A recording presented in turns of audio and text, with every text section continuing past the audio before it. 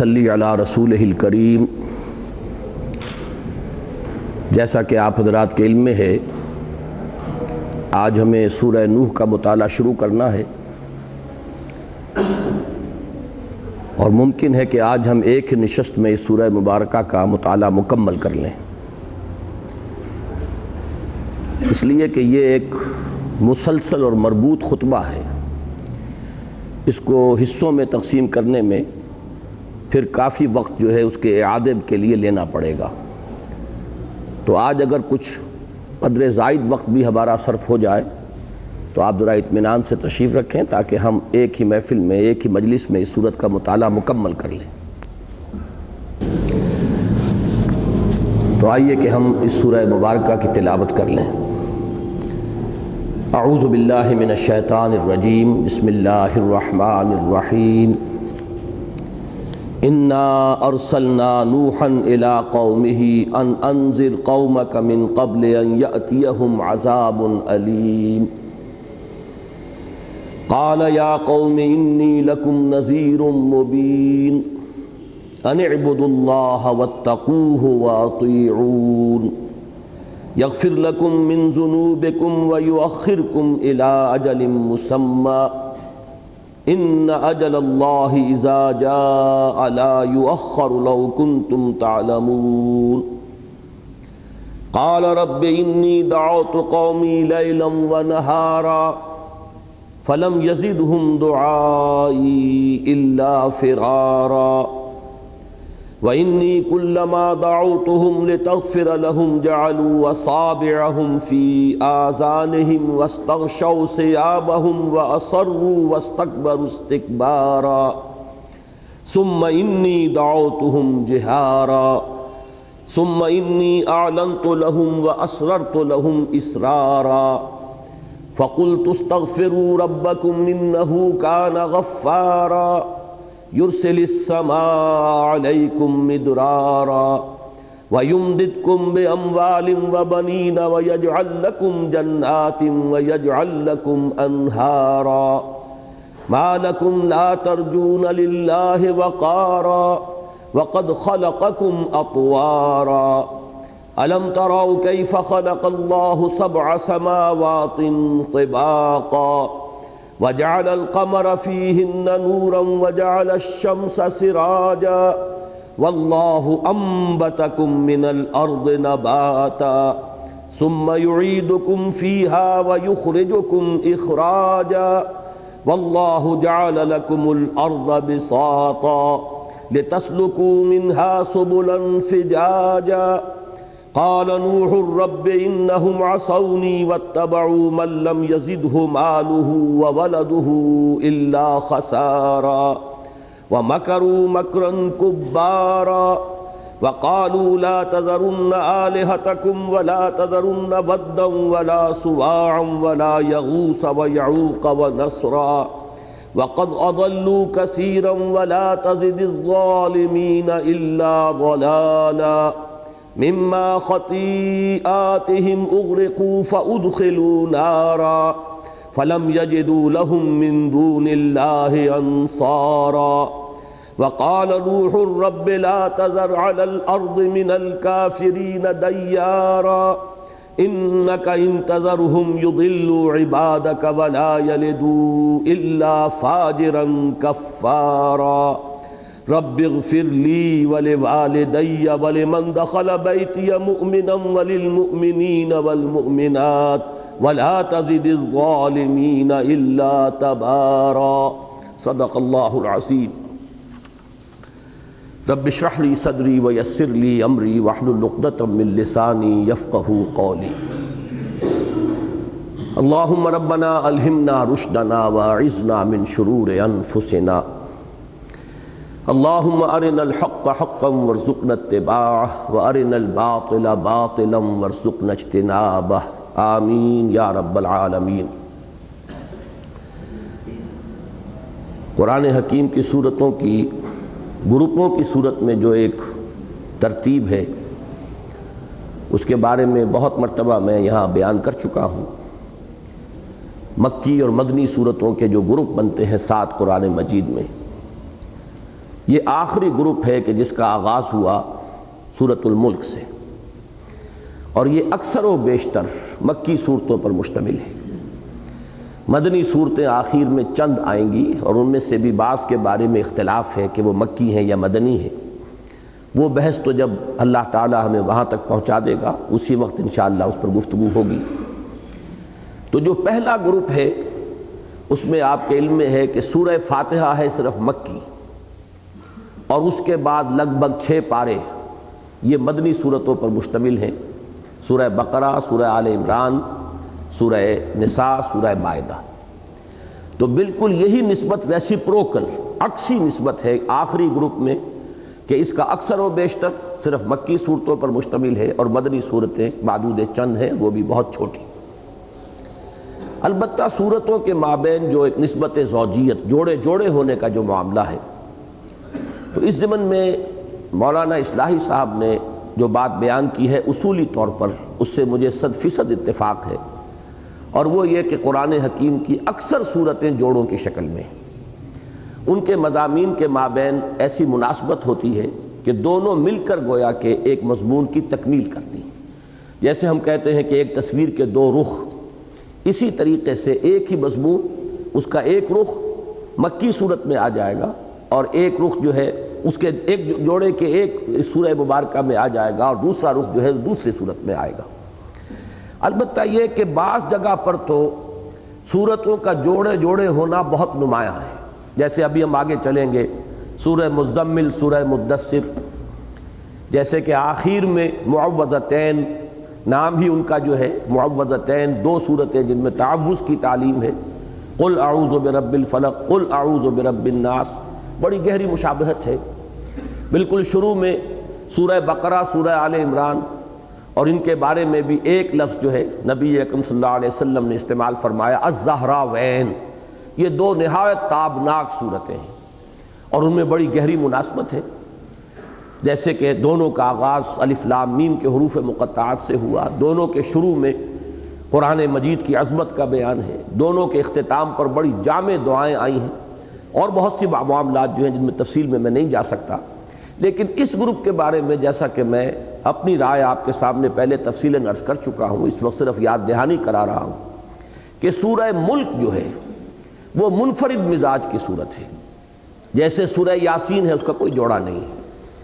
اسی طریقے سے سورہ قاف ہے، اس کا کوئی جوڑا نہیں۔ بعض صورتیں جو ہیں وہ بالکل انفرادی شان کے ساتھ علیحدہ نمایاں کھڑی ہیں، اور ان میں بڑی جامعیت ہے۔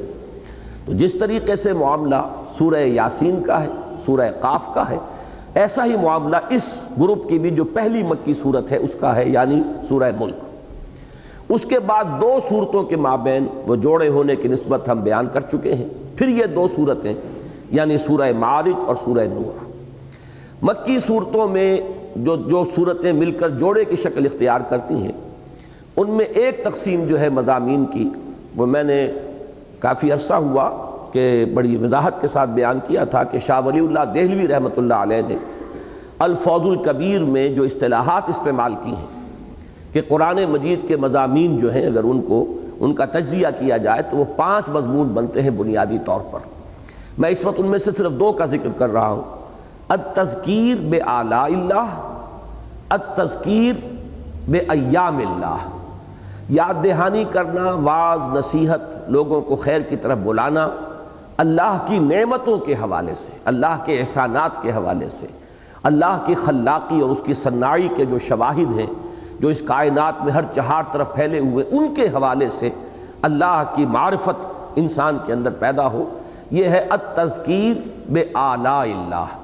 اور ایک ہے التذکیر بایام اللہ۔ ایام اللہ جو ہے خود قرآن مجید کی اصطلاح ہے، یعنی وہ دن، اللہ کے وہ بڑے دن جن میں اللہ کے بڑے عظیم فیصلے نافذ ہوئے اور پوری قوموں کو تہس نہس کر دیا گیا، جیسے حضرت نوح علیہ السلام کی قوم کو غرق کر دیا گیا، جیسے حضرت ہود علیہ السلام کی قوم عاد نسیم منسیہ کر دی گئی، جیسے کہ حضرت صالح علیہ السلام کی قوم سمود وہ ہلاک کر دی گئی،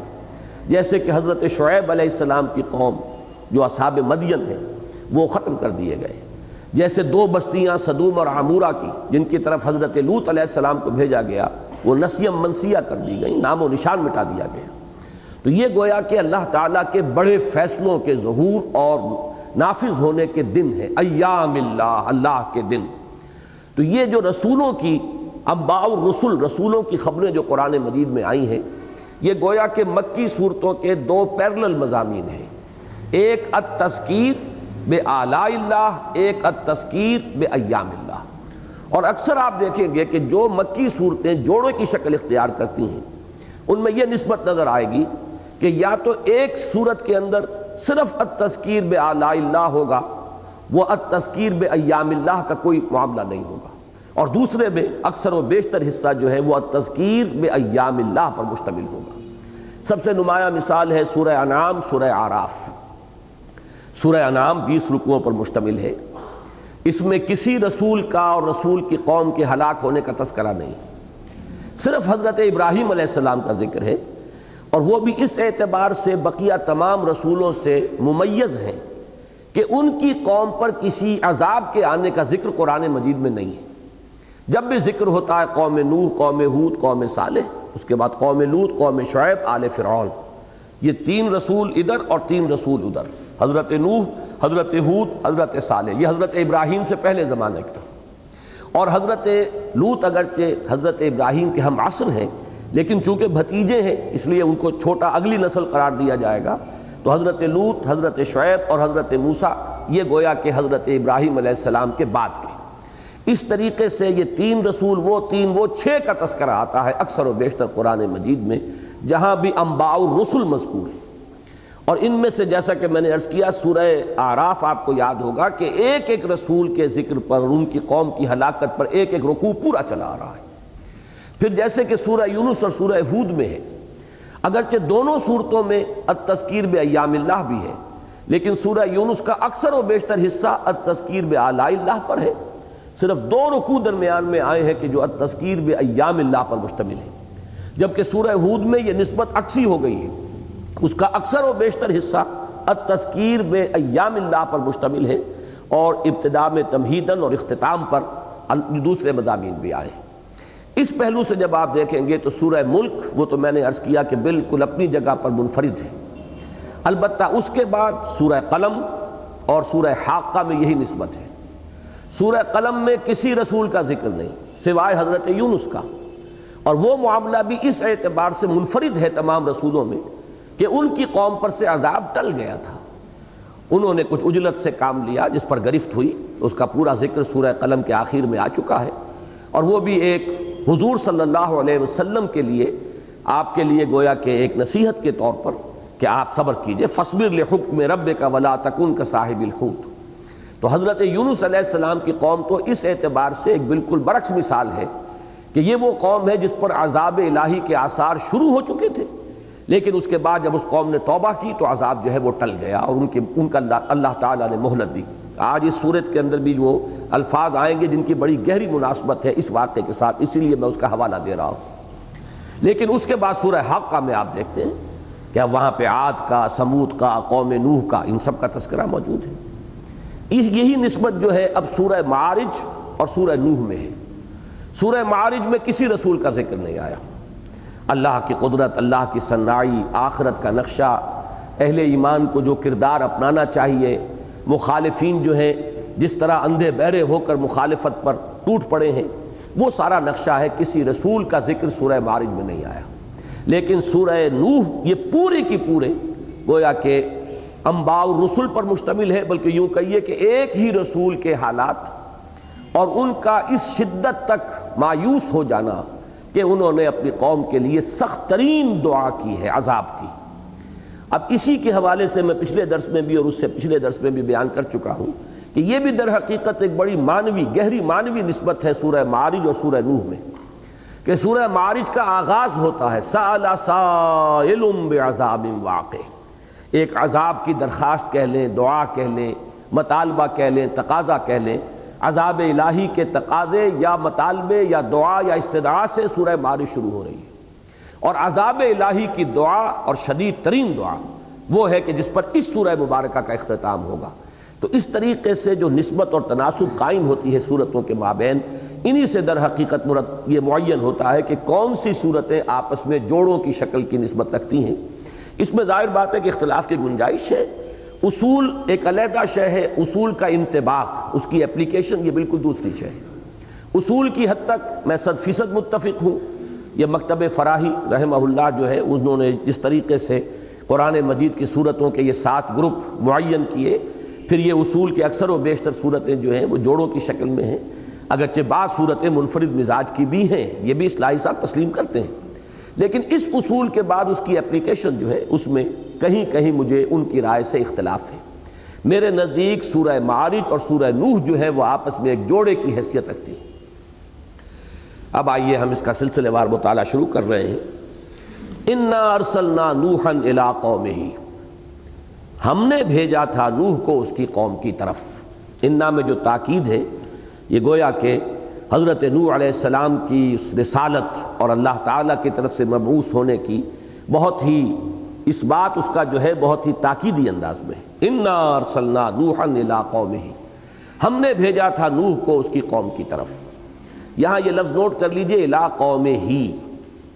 حضور صلی اللہ علیہ وسلم کے سوا جتنے رسول آئے وہ صرف اپنی قوموں کی طرف مبعوث ہوئے، کسی رسول کی بعثت جو ہے وہ پوری نوع انسانی کے لیے نہیں ہے۔ چنانچہ احادیث میں بھی اس کا تذکرہ موجود ہے۔ حضرت جابر رضی اللہ تعالیٰ عنہ سے ایک حدیث ہے جو متفق علیہ ہے، بخاری میں بھی ہے اور مسلم میں بھی ہے، جس کے مطابق حضور نے یہ فرمایا کہ مجھے 5 چیزیں اللہ نے ایسی دی ہیں کہ جو مجھ سے پہلے کسی نبی اور رسول کو عطا نہیں کی گئی۔ ان میں سے پہلی یہ کہ میری مدد کی گئی ہے ایک ایسے رعب سے جو 1 مہینے کے فاصلے تک جس کا اثر ہوتا ہے، اور دشمن جو ہے اس پر میرا رعب اللہ تعالیٰ ڈال دیتا ہے، اس کے ذریعے سے اللہ تعالیٰ نے میری مدد فرمائی ہے۔ دوسری یہ کہ اللہ نے میرے لیے کل زمین کو مسجد کا درجہ دے دیا ہے، میرا امتی جہاں بھی نماز کا وقت آ جائے اسے کوئی خاص جگہ تلاش کرنے کی ضرورت نہیں ہے۔ باقی یہ کہ تفصیل میں یہ آئے گا کہ صاف دیکھ لیا جائے، کوئی نجاست ظاہری موجود نہ ہو، تو پوری زمین گویا کہ مسجد کے حکم میں ہے۔ اس سے شاہ ولی اللہ دہلوی نے جو حکم نکالا ہے، اب یہ ان کی دقیقہ رسی ہے، ان کی ذہانت ہے، انہوں نے اسی سے یہ اصول مستنبط کیا ہے کہ زمین کسی کی ملکیت نہیں ہو سکتی، اس لیے کہ مسجد وقف ہوتی ہے، مسجد کسی کی ملکیت نہیں۔ مسجد میں کسی جگہ پر کوئی شخص اپنی جگہ ریزرو نہیں کر سکتا، مسجد میں کوئی شخص یہ کہے کہ یہ جگہ میرے لیے خاص ہے، اس کا حق اسے حاصل نہیں ہے، جو پہلے آ گیا ہے اس کا حق ہے کہ وہ وہاں بیٹھے۔ اس سے استدلال کیا ہے شاہ ولی اللہ دہلوی نے کہ زمین در حقیقت وقف ہے اللہ کے بندوں کے لیے، جیسے کہ مسجد وقف ہوتی ہے، اور یہاں پر جو شخص کسی قطع زمین کو پہلے آباد کر لے گا اب وہ گویا کہ اس کے پاس رہے گی، کوئی اس سے چھین نہیں سکتا، الا یہ کہ وہ 3 سال تک اسے بنجر ڈالے رکھے تو اس کا قبضہ اس پر سے ختم ہو جائے گا، اس لیے کہ اللہ نے زمین بنائی ہے لوگوں کے لیے روزی بہم پہنچانے کے لیے، وہ اپنا قبضہ اس پر جمائے بیٹھا ہے، اور جس کام کے لیے اللہ نے اس زمین کے اندر استعداد رکھی ہے وہ کام اس سے نہیں لے رہا ہے، تو گویا کہ اس کو اب اس کے استعمال کا یا کوئی حق ملکیت ایسا مقدس نہیں ہے کہ جس کو کسی صورت میں بھی زائل نہ کیا جا سکے۔ خیر یہ ضمنی بات ہے، لیکن اسی حدیث سے یہ چونکہ استدلال ہے لہذا میرا ذہن ادھر منتقل ہوا۔ تیسری بات حضور نے فرمائی کہ میرے لیے مال غنیمت حلال کر دیا گیا، یعنی جب بھی جنگیں ہوں اور جنگ کے نتیجے میں دشمن سے جو مال غنیمت ہاتھ آئے، پہلے جو شریعتیں تھیں ان میں یہ جائز نہیں تھا اس کا استعمال کرنا، اس کو سب کو جلا دیا جاتا تھا، لیکن یہ ہے کہ میری امت کے لیے اور میرے لیے اللہ نے غنیمت کو حلال کیا ہے۔ چوتھی یہ کہ مجھے اللہ تعالیٰ شفاعت کا حق عطا فرمائے گا، اور 5ویں بات یہی ہے جس کے لیے میں نے یہ ساری حدیث آپ کو سنائی کہ مجھے بھیجا گیا بعثت الی جمیع الناس، مجھ سے پہلے کوئی اور رسول تمام نوع انسانی کی طرف مبعوث نہیں ہوئے۔ اسی کے ضمن میں حضرت ابو ہریرہ رضی اللہ تعالیٰ عنہ سے بھی ایک روایت مروی ہے، اور وہ ہے مسلم شریف کی روایت، متفق علیہ نہیں ہے، اس میں 6 چیزیں آئی ہیں لیکن شفاعت کا ذکر نہیں ہے، بلکہ اس کے بجائے یہ ہے کہ مجھ پر نبوت کو ختم کیا گیا۔ باقی یہ مضمون اس میں بھی موجود ہے کہ صرف میں تنہا رسول ہوں اللہ کا کہ جو پوری نوع انسانی کے لیے مبعوث کیا گیا۔ اس کا تعلق میں نے سیرت کی تقاریر میں متعدد مواقع پر واضح کیا ہے کہ اس کا تعلق در حقیقت ہماری مادی ترقی سے ہے، جو فزیکل سائنسز کا جو ارتقاء ہوا ہے اس کے ذریعے سے ذرائع رسل و رسائل میں ترقی ہوئی ہے، اور در حقیقت حضور ہی کا زمانہ ایسا آیا کہ جس وقت کے اس بات کی امکان کی صورت پیدا ہو گئی کہ ایک نبی کی دعوت پوری دنیا تک پھیلائی جا سکے، اس سے پہلے ابھی فاصلے اتنے زیادہ تھے، ذرائع رسل و رسائل اتنے نہیں تھے، آمد و رفت کے اتنے امکانات نہیں تھے، لیکن حضور صلی اللہ علیہ وسلم کے عہد مبارک میں چونکہ انسان کی جو یہ ترقی تھی، مادی ترقی اس سٹیج تک پہنچ چکی تھی کہ ایک رسول کی دعوت پوری دنیا تک پہنچائی جا سکتی ہے، لہذا حضور کی جو بعثت ہوئی ہے وہ پوری نوع انسانی کی طرف۔ انا ارسلنا نوحا الی قومہ، ہم نے بھیجا تھا نوح کو اس کی قوم کی طرف، ان انذر قومک من قبل ان یاتیہم عذاب علیم، کہ خبردار کر دو اپنی قوم کو اس سے پہلے کہ ان پر آ دھم کے ایک دردناک عذاب۔ ایک تو لفظ انذار چونکہ یہ اکثر و بیشتر آتا ہے اور عام طور پر اس کا ترجمہ جو ہے ڈراؤ کر دیا جاتا ہے، اس کے بجائے بہتر لفظ ہے خبردار کرنا۔ ڈرانا کسی ایسی شے سے ہوتا ہے کہ جو فی نفسہ ہی خوفناک ہو، خطرناک ہو، مضر ہو، اور انذار در حقیقت خبردار کرنا ہوتا ہے کہ کوئی چیز تمہارے کسی عمل کا ایک نتیجہ برا نکل سکتا ہے تو انہیں پیشگی وارن کر دیا جائے۔ در حقیقت انگریزی کا لفظ وارن جو ہے وہ صحیح ترین مفہوم ادا کرتا ہے انذار کا، کہ خبردار کر دو اپنی قوم کو اس سے پہلے کہ وہ عذاب الہی ان پر آ جائے جس کے کہ گویا کہ وہ مستحق ہو چکے ہیں۔ یہ اصول سورہ بنی اسرائیل میں بیان ہوا ہے، وَمَا كُنَّا مُعَذِّبِينَ حَتَّى نَبْعَثَ رَسُولًا، اور ہمارا یہ طریقہ نہیں رہا ہے کہ عذاب بھیج دیں قوموں کے اوپر جب تک کہ ہم کسی رسول کو مبعوث نہ کر دیں۔ سورہ بنی اسرائیل کے دوسرے رکوع میں آیت نمبر 15 ہے، وَمَا كُنَّا مُعَذِّبِينَ حَتَّى نَبْعَثَ رَسُولًا۔ اس کے ضمن میں آج ہی ایک صاحب مجھ سے ملنے آئے تھے، وہ پاکستان کی انٹیلیجنس سروس کے کسی بڑے عہدے سے ریٹائر ہوئے ہیں، کہ طالب جوہری صاحب جو آج کل کچھ وہ فہم قرآن ٹی وی وغیرہ پر ہوتا ہے، اس میں کہیں انہوں نے گل افشانی کی ہے کہ جس تک دعوت نہ پہنچی ہو اسے عذاب نہیں دیا جا سکتا۔ اس پر جب کوئی سوال کیا گیا تو انہوں نے کہا کہ قیامت کا دن چونکہ 50,000 سال کا ہے، لہٰذا اس وقت ان کو دعوت پہنچا کر اور اس وقت حجت قائم کر دی جائے گی، اور اللہ تعالیٰ کا یہ قانون جو ہے کہ جب تک اتمام حجت نہ ہو عذاب نہ دیا جائے تو اس کی اس طریقے سے تکمیل کی جائے گی۔ اب یہ بات ایک ایسی ہے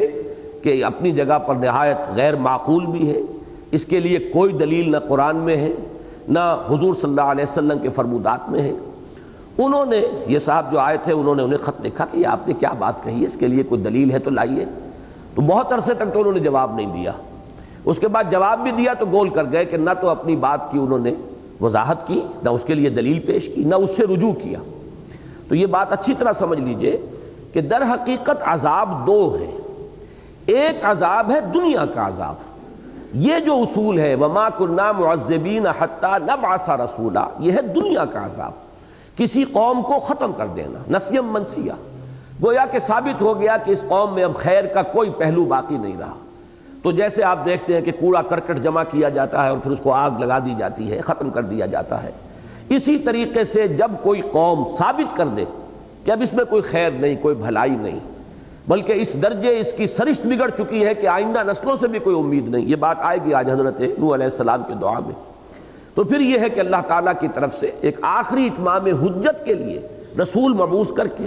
اور جب وہ رسول کی دعوت کو قبول کرنے سے انکار کر دیتے تھے تو ان کو نسیم منسیہ کر دیا جاتا۔ یہ اس عذاب کا ذکر ہے۔ باقی یہ کہ آخرت کا عذاب، اس میں یقیناً درجہ رہے گا کہ کس شخص تک کس درجے میں اتمام حجت ہوا۔ جن لوگوں تک کسی رسول کی دعوت پہنچی ہی نہیں، اب یہ نہیں کہ وہاں دعوت پہنچائی جائے گی میدان حشر میں، بے تکی بات ہے، وہاں تو ویسے ہی حقائق اس طرح روشن ہو چکے ہوں گے کہ ایمان لانے کے لیے ہر شخص خود بیتاب ہوگا۔ ابو جہل شاید سب سے آگے بڑھ کر ایمان لائے اور فرعون جو ہے وہ سب سے بڑے بلند بانگ انداز میں ایمان لائے، تو وہ بات تو بالکل غیر معقول ہے۔ البتہ جو معقول بات ہے وہ یہ ہے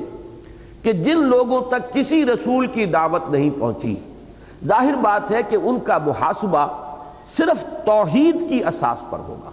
اس لیے کہ توحید وہ شے ہے کہ جو فطرت انسانی میں مضمر ہے،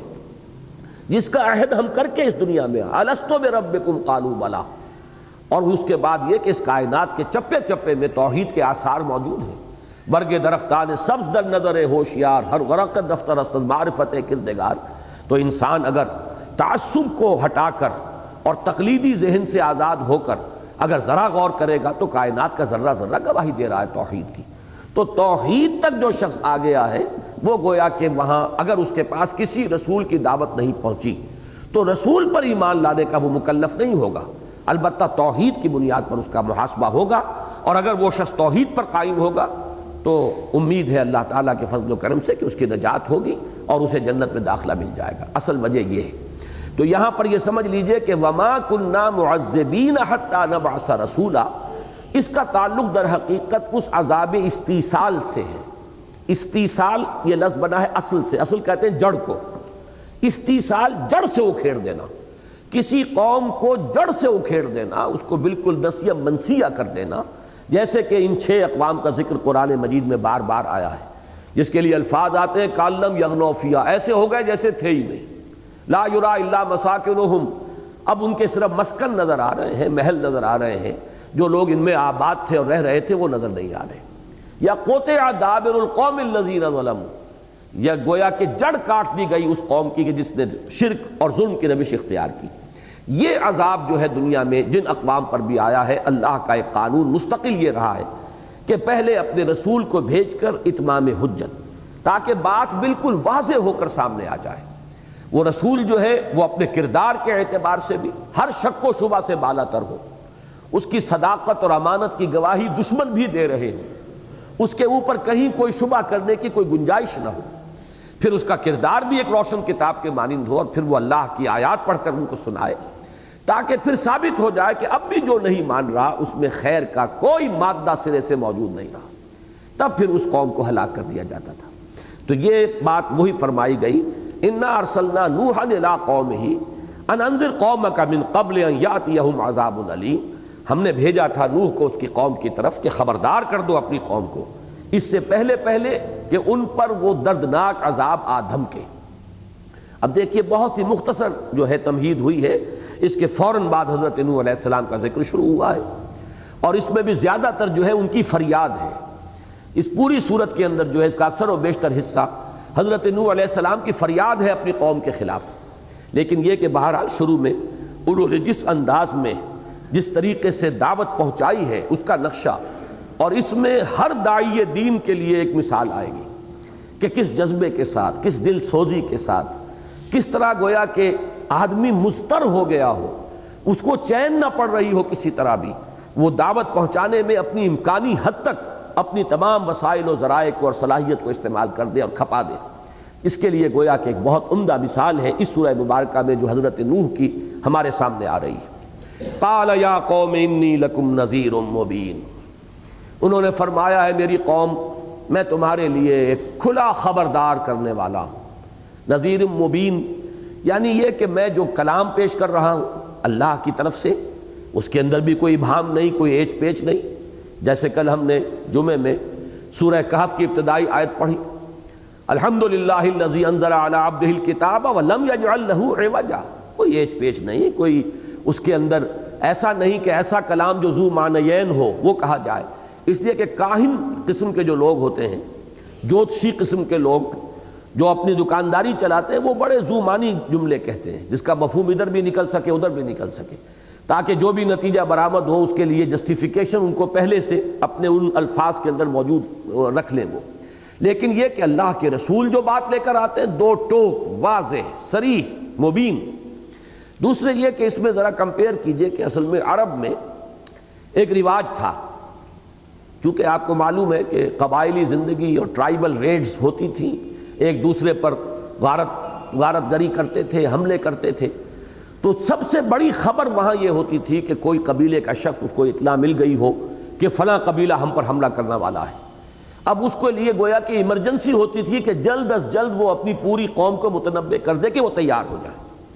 اس کے لیے ان کے ہاں ایک رواج تھا کہ کوئی شخص جس کے پاس ایسی کوئی خبر پہنچتی تھی، وہ اپنے کپڑے پھاڑ کر اور ننگا ہو کر بالکل عریاں کسی بلند مقام پر کھڑا ہوتا تھا اور چیختا تھا وا صباحا، ہائے وہ صبح جو آنے والی ہے۔ اس لیے کہ عام طور پر جنہیں آپ کہتے ہیں the small مارننگز of the small hours of the morning, یہ صبح 2، 3، 4 بجے کا جو وقت ہوتا ہے جو انتہائی غفلت کا وقت ہوتا ہے، لوگ سوئے ہوتے ہیں، اس وقت وہ پھر آ کر حملہ کیا کرتے تھے۔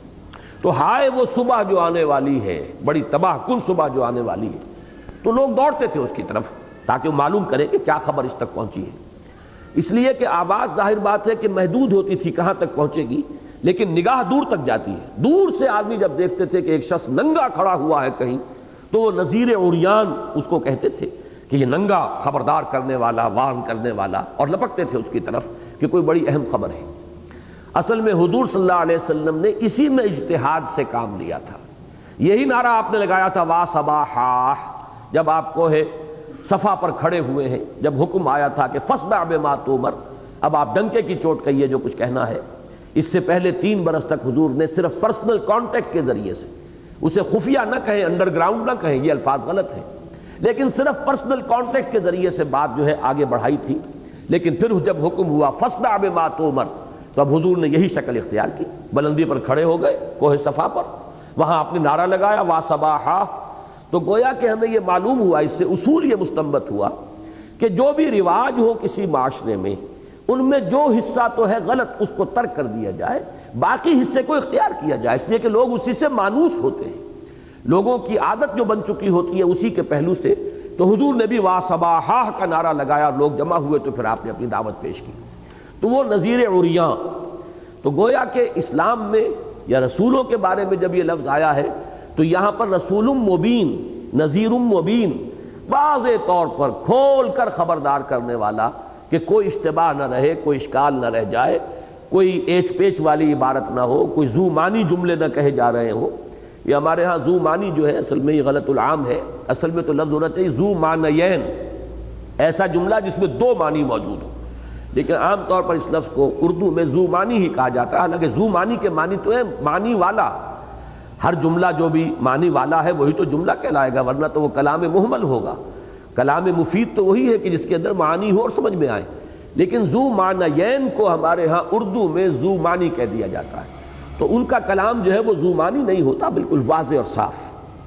قال یا قوم انی لکم نذیر مبین ان اعبدوا اللہ واتقوہ واطیعون۔ اس ایک آیت میں 3 الفاظ کے اندر اسلام کی ساری دعوت جو ہے، تمام رسولوں کی مشترک دعوت کا خلاصہ آ گیا۔ بندگی کرو اللہ کی، پرستش کرو اللہ کی۔ بندگی اور پرستش یہ 2 الفاظ فارسی کے، جمع کریں گے تو عربی کا عبادت بنے گا۔ بندگی میں اطاعت ہے، زندگی آمد برائے بندگی، زندگی بے بندگی شرمندگی۔ یہ شیخ سعدی نے گویا کہ اس آیہ مبارکہ کی ترجمانی کی ہے کہ وما خلقت الجن والانس الا لیعبدون، میں نے جنوں اور انسانوں کو صرف اسی لیے پیدا کیا ہے کہ وہ میری بندگی کریں، میری عبادت کریں۔ تو یہاں وہ بندگی کا لفظ لائے کہ زندگی آمد برائے بندگی، زندگی بے بندگی شرمندگی۔ بڑا پیارا شعر ہے، اس میں صوتی آہنگ بھی ہے، لیکن یہ ہے کہ محض بندگی جو ہے وہ عبادت کے مفہوم کو پورا نہیں کرتی، جبکہ اس کے ساتھ پرستش میں آپ کو معلوم ہے کہ محبت، عقیدت، تعظیم، پرستار کسی شے کا ہونا، اور اسی کا وہی اس کا مطلوب بن جائے۔ دولت کا پرستار، دولت پرست، وطن پرست، قوم پرست۔ اب یہ تمام پرستش کے جو الفاظ جو آتے ہیں، تو پرستش اور بندگی کو جمع کر دیجئے تو لفظ عبادت بنے گا۔ ان اعبدوا اللہ، بندگی اور پرستش کو خالص کر دو اللہ کے لیے۔ واتقوہ، اور اس کے ساتھ ہی آیا اس کا تقوی اختیار کرو، اس کی فرما برداری اختیار کرو، کہیں بھی اس کے حکم کے خلاف کوئی حرکت تمہاری نہ ہو۔ واطیعون،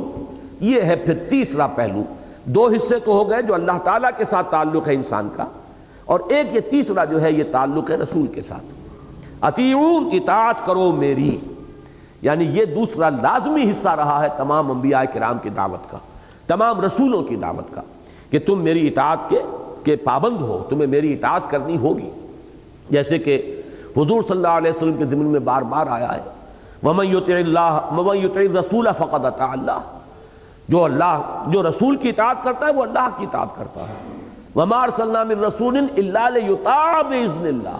اور ہم نے نہیں بھیجا کسی بھی رسول کو مگر اس لیے کہ اس کی اطاعت کی جائے اللہ کے حکم سے۔ تو معلوم یہ ہوا کہ رسول کی اطاعت، اور یہ میں نے سورہ نساء کے درس کے دوران کئی مرتبہ واضح کیا، چونکہ وہ منافقین کا جو مضمون ہے سورہ نساء میں بہت ہی تکرار کے ساتھ اور اعادے کے ساتھ اور وضاحت کے ساتھ آیا ہے، کہ یہی شے تھی اصل میں جو سب سے بھاری گزرتی تھی منافقین پر، کہ یہ ہم جیسے انسان ہیں، جیسے 2 ہاتھ ہمارے 2 ہاتھ ان کے، 2 آنکھیں ہماری 2 آنکھیں ان کی اطاعت کیوں ہم پر لازم ہو؟ ہم اللہ کو ماننے کو تیار ہیں، اللہ کی بندگی کریں گے، اللہ کی اطاعت کریں گے، لیکن یہ کہ شخصاً رسول کی اطاعت یہ بڑی شاخ گزر تھی۔ اور اس میں یہ بات مان لینی چاہیے کہ واقعتاً ہمارے لیے وہ مشکل نہیں ہے جتنی کہ اس وقت کے لوگوں کے لیے مشکل تھی۔ ہمارے لیے حضور شخصاً موجود نہیں ہے اس وقت، وہ تو جیسے اللہ کی اطاعت ویسے رسول کی اطاعت۔ ہمارے لیے رسول بھی ایک گویا کہ ادارے کی حیثیت رکھتے ہیں، ایک انسٹیٹیوشن ہے، اللہ کا کلام، اس کے رسول کا فرمان۔ وہ شخص محمد صلی اللہ علیہ وسلم وہ تو ہمارے سامنے نہیں۔ وہاں کے لوگوں کی دقت یہ تھی کہ ان کے سامنے حضور تھے اور نظر تو آ رہے تھے کہ وہی 2 ہاتھ پاؤں ان کے بھی ہیں، وہی 2 آنکھیں ان کی ہیں، 2 کان ان کے ہیں، پھر کسی کے یہ بھتیجے ہیں، کسی کے یہ چچا ہیں، کسی کے شوہر ہیں، کسی کے باپ ہیں۔ معلوم یہ ہوا کہ تمام ہمارے معاشرے کے اندر گندھے ہوئے ہیں رشتوں کے حساب سے، تو اب اپنے جیسے انسان کی اطاعت کیسے کی جائے؟ یہ ہے در حقیقت کہ جو بہت شاخ گزرتی تھی اور بڑے گہرے یقین اور ایمان کی ضرورت تھی، جس میں کہ انتہا کا مقام جو نظر آتا ہے بلند ترین وہ حضرت ابو بکر صدیق کا ہے رضی اللہ تعالیٰ عنہ، جس طرح انہوں نے اپنے آپ کو گم کیا ہے حضور کی شخصیت میں۔ معلوم ہوتا ہے کہ کہیں کوئی رائے پوری زندگی میں، پوری سیرت آپ پڑھ جائیے، حضرت عمر کو بھی کبھی کبھی کسی معاملے میں اشتباہ ہو جاتا تھا، جیسے کہ صلح حدیبیہ کے وقت ہو گیا ہے اور مختلف مواقع پر، لیکن اور اسی طریقے سے حضرت عمر کی رائے جو ہے مختلف تھی اسیران بدر کے معاملے میں، لیکن وہاں بھی حضور کے ساتھ بریکٹڈ ہے حضرت ابو بکر رضی اللہ تعالیٰ عنہ۔ انہوں نے گویا کہ اپنے آپ کو بالکل ضم کر دیا تھا، گم کر دیا تھا حضور صلی اللہ علیہ وسلم کی شخصیت مبارکہ میں، کہ جو آپ کی سوچ ہے وہی میری سوچ ہے، جو آپ کی پسند ہے وہی میری پسند ہے، جو چیز آپ کو ناپسند ہے وہی مجھے ناپسند ہے۔ تو یہ جو اطاعت ہے در حقیقت یہ ہے پیمانہ کہ کس درجے میں رسول کے ساتھ حقیقی ایمان کا تعلق موجود ہے، اور یہ جیسا کہ میں عرض کر چکا ہوں جزو لازم ہے لا الہ الا اللہ محمد الرسول اللہ۔ صرف یہ کہ اللہ کا کہنا ماننا اور اللہ کی اطاعت اور پرستش اس سے کام نہیں بنے گا جب تک کہ اطاعت رسول صلی اللہ علیہ وسلم وہ بھی اس کے ساتھ موجود نہ ہو۔ ان اعبدوا اللہ واتقوہ واطیعون یغفر لکم من ذنوبکم، اللہ تعالیٰ معاف فرما دے گا تمہارے لیے تمہارے کچھ گناہ۔ یہاں ذرا نوٹ کر لیجئے کہ من ذنوبکم پر بحث کرنی پڑی ہے مفسرین کو کہ یہاں من کیوں لایا گیا؟ یغفر لکم ذنوبکم، بات پوری ہو جاتی، تمہارے گناہ بخش دے گا۔ اب یہ من بعض حضرات نے کہا یہ زائد ہے، یعنی لفظاً تو یہاں ہے لیکن اس کے معنی نہیں کیے جائیں گے، یہ لفظ زائد ہے، لیکن یہ کہ مجھے ان حضرات سے اتفاق ہے جو کہتے ہیں قرآن مجید میں کوئی لفظ زائد نہیں ہے۔ یہ در حقیقت ہمارا قلت تدبر ہے کہ کوئی بات ہماری سمجھ میں نہیں آئی تو ہم نے کسی لفظ کو زائد کہہ دیا، حالانکہ کوئی لفظ قرآن مجید کے اندر زائد نہیں ہے، جو بھی ہے وہ ٹھیک ہے اپنی جگہ پر، بامانی ہے، لازم ہے۔ جیسے کہ غالب نے کہا ہے کہ گنجینہ معنی کا طلسم اس کو سمجھیو جو لفظ کے غالب مرے اشعار میں آوے، یہ نہیں کہ یہ خامخواہی آ گیا ہے یا برائے بیت آ گیا ہے یا وزن پورا کرنے کے لیے آ گیا ہے۔ تو قرآن مجید کی شان سے یہ شے فروتر ہے کہ یہ تصور کیا جائے کہ اس میں کوئی لفظ زائد ہے۔ لیکن اس کے بعد پھر بعض حضرات نے کہا ہے کہ یہ ان کے معنی میں ہے، وہ بات بھی کوئی وزنی نہیں بنتی، اگرچہ اصول یہ ہے کہ یہ حروف جار جو ہیں وہ اکثر ایک دوسرے کی جگہ پر استعمال کر لیے جاتے ہیں، لیکن یہ کہ یہاں بھی وہ کوئی بامانی بات نہیں بن رہی۔ لیکن یہ کہ ایک رائے یہ ہے کہ یہ من بیانیہ ہے، یہاں پر جیسے کہ وَلْتَكُمْ مِنْكُمْ أُمَّةٌ يَدْعُونَ إِلَى الْخَيْرِ میں تفصیل سے بیان کر چکا ہوں کہ اس کے بارے میں 2 رائے ہیں، من بیانیہ ہے اور ایک ہے من تبعیضیہ کہ کچھ اس میں سے کوئی حصہ مراد ہو، جبکہ من بیانیہ کے اندر وہ تمام ہی کی وضاحت کے لیے لفظ آتا ہے کہ یہ تمہارے جنس سے گناہ جو ہیں، تمہارے جو معاصی ہیں وہ کل کے کل معاف کر دیے جائیں گے، اس لیے کہ یہ من تبعیضیہ نہیں ہے۔ ایک رائے یہ ہے، اس پر مولانا امین حسن اصلاحی صاحب بھی جازم ہیں، اور میں نے یہ دیکھا کہ تفسیر مظہری کے مصنف جو ہے قاضی ثناء اللہ پانی پتی، انہوں نے بھی اس کو من تبعیضیہ ہی مانا ہے کہ اس میں بعض مراد ہے۔ اصلاحی صاحب نے یہ مراد لی ہے کہ اس سے مراد ہے اسلام لانے سے پہلے کے گناہ۔ اگر یہاں یہ من نہ ہوتا تو اس بات کا احتمال تھا کہ یہ سمجھا جاتا کہ گویا کہ آئندہ کے بھی تمام گناہ، اگلے پچھلے تمام گناہ معاف کر دے گا اللہ، حالانکہ اسلام لانے سے اور ایمان لانے سے ایک شخص کی گزشتہ زندگی کے گناہ تو معاف ہو جاتے ہیں، لیکن آئندہ کی ظاہر بات ہے کہ اس کے اعمال کے اعتبار سے معاملہ ہوگا، اس نے کتنی اطاعت کی کتنی نہیں کی۔ اس کا ایک بڑا دلچسپ واقعہ ہے حضرت عمرو بن العاص کا رضی اللہ تعالی عنہ۔ وہ جب حضور کے پاس حاضر ہوئے تھے ایمان لانے کے لیے تو انہوں نے کہا حضور ہاتھ بڑھائیے، میں آپ سے بیعت اسلام کرنا چاہتا ہوں۔ حضور نے اپنا داہنا ہاتھ بڑھا دیا، اب انہوں نے اپنا ہاتھ کھینچ لیا۔ حضور نے پوچھا یہ کیا کیا تم نے؟ تو کہنے لگے حضور ایک شرط ہے، وہ میری شرط پہلے آپ مانیں۔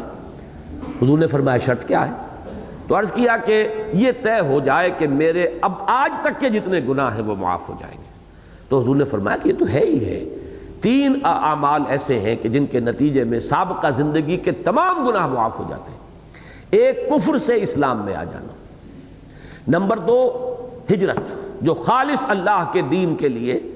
اپنے مکان کو، اپنے وطن کو چھوڑ کر ہجرت کرتا ہے، اور تیسرے حج مبرور، وہ حج جو خالص ہو اور وہ اللہ کے ہاں قبول ہو جائے، وہ بھی تمام سابقہ گناہوں کے لیے تلافی کا ذریعہ بن جاتا ہے۔ تو پھر انہوں نے بیعت کی کہ حضور نے کہا یہ تو ہے،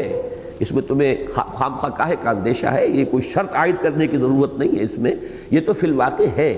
کہ یہ 3 افعال ایسے ہیں کہ جن سے سابقہ زندگی کے تمام گناہ معاف ہو جاتے ہیں۔ تو ایک رائے تو اصلاحی صاحب کی تو یہ ہے، لیکن دوسری رائے جو ہے مجھے وہ زیادہ قوی معلوم ہوتی ہے قاضی ثناء اللہ پانی پتی رحمۃ اللہ علیہ کی، کہ انہوں نے یہ کہا ہے کہ گناہوں میں ایک تقسیم ہے کہ ایک گناہ ہے حقوق العباد کے اور ایک گناہ ہے حقوق اللہ کے۔ حقوق اللہ کے جتنے بھی گناہ ہیں، جو کوتاہیاں ہیں، جو بھی تقصیر ہے، وہ سب تو معاف ہو جائیں گے، لیکن حقوق العباد کا معاملہ تو کسی صورت میں بھی معاف نہیں ہو سکتا جب تک کہ یا تو جو بھی ایگریوڈ پارٹی ہے، جس پر زیادتی کی گئی ہے، جس پر ظلم ہوا ہے، یا تو وہ معاف کرے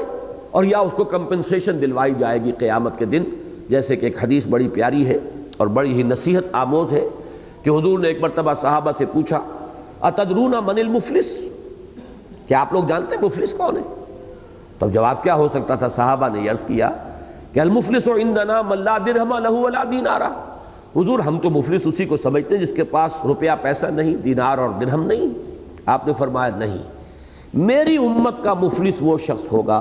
جو قیامت کے دن جب حاضر ہوگا میدان حشر میں تو نمازوں کی بھی بڑی سی مقدار لے کر آئے گا، روزے بھی ہوں گے اور حج بھی ہوں گے اور عمرے بھی ہوں گے، لیکن وقد شتم ھذا وقذف ھذا واکل مال ھذا، فلاں شخص کو اس نے گالی دی تھی، فلاں شخص کی عزت پر حملہ کیا تھا، فلاں شخص کا مال ہڑپ کر گیا تھا۔ یعنی حقوق العباد جو ہے ان کو جو تلف کیا تھا تو وہ مدعین آ جائیں گے۔ کوئی کہے گا پروردگار اس نے مجھ پر یہ ظلم کیا، اللہ کہے گا اچھا اس کی نمازیں اس کو دے دو۔ ابھی کوئی دوسرا آ جائے گا پروردگار اس نے میرا مال ہڑپ کیا ناجائز طریقے سے، اللہ فرمائے گا کہ روزے اس کو عطا کر دو، تمام اس کے نیک اعمال ختم ہو جائیں گے اور مدعی ابھی باقی ہوں گے۔ تو پھر ان کے گناہ اس کے حساب میں درج ہونے شروع ہوں گے کہ اور تو کوئی چیز ہے نہیں، کوئی کرنسی نہیں ہے سوائے اعمال کے، اعمال ہی سے مبادلہ ہوگا۔ یہاں تک کہ حضور نے فرمایا کہ وہ شخص دوسروں کے گناہوں کے بوجھ تلے دب کر جہنم میں ڈال دیا جائے گا۔ وہ نمازیں اور روزے اور حج اور عمرے جو ہیں وہ اسے بچا نہیں سکیں گے اگر حقوق العباد کے معاملے میں اس سے یہ کوتاہیاں ہوئی۔ تو میرے نزدیک قاضی ثناء اللہ پانی پتی رحمۃ اللہ علیہ کی یہ بات زیادہ وزنی ہے کہ در حقیقت یہ تقسیم تو ہر حال میں ہے کہ حقوق اللہ اور حقوق العباد۔ تو یغفر لکم من ذنوبکم، اللہ تعالیٰ تمہارے گناہوں میں سے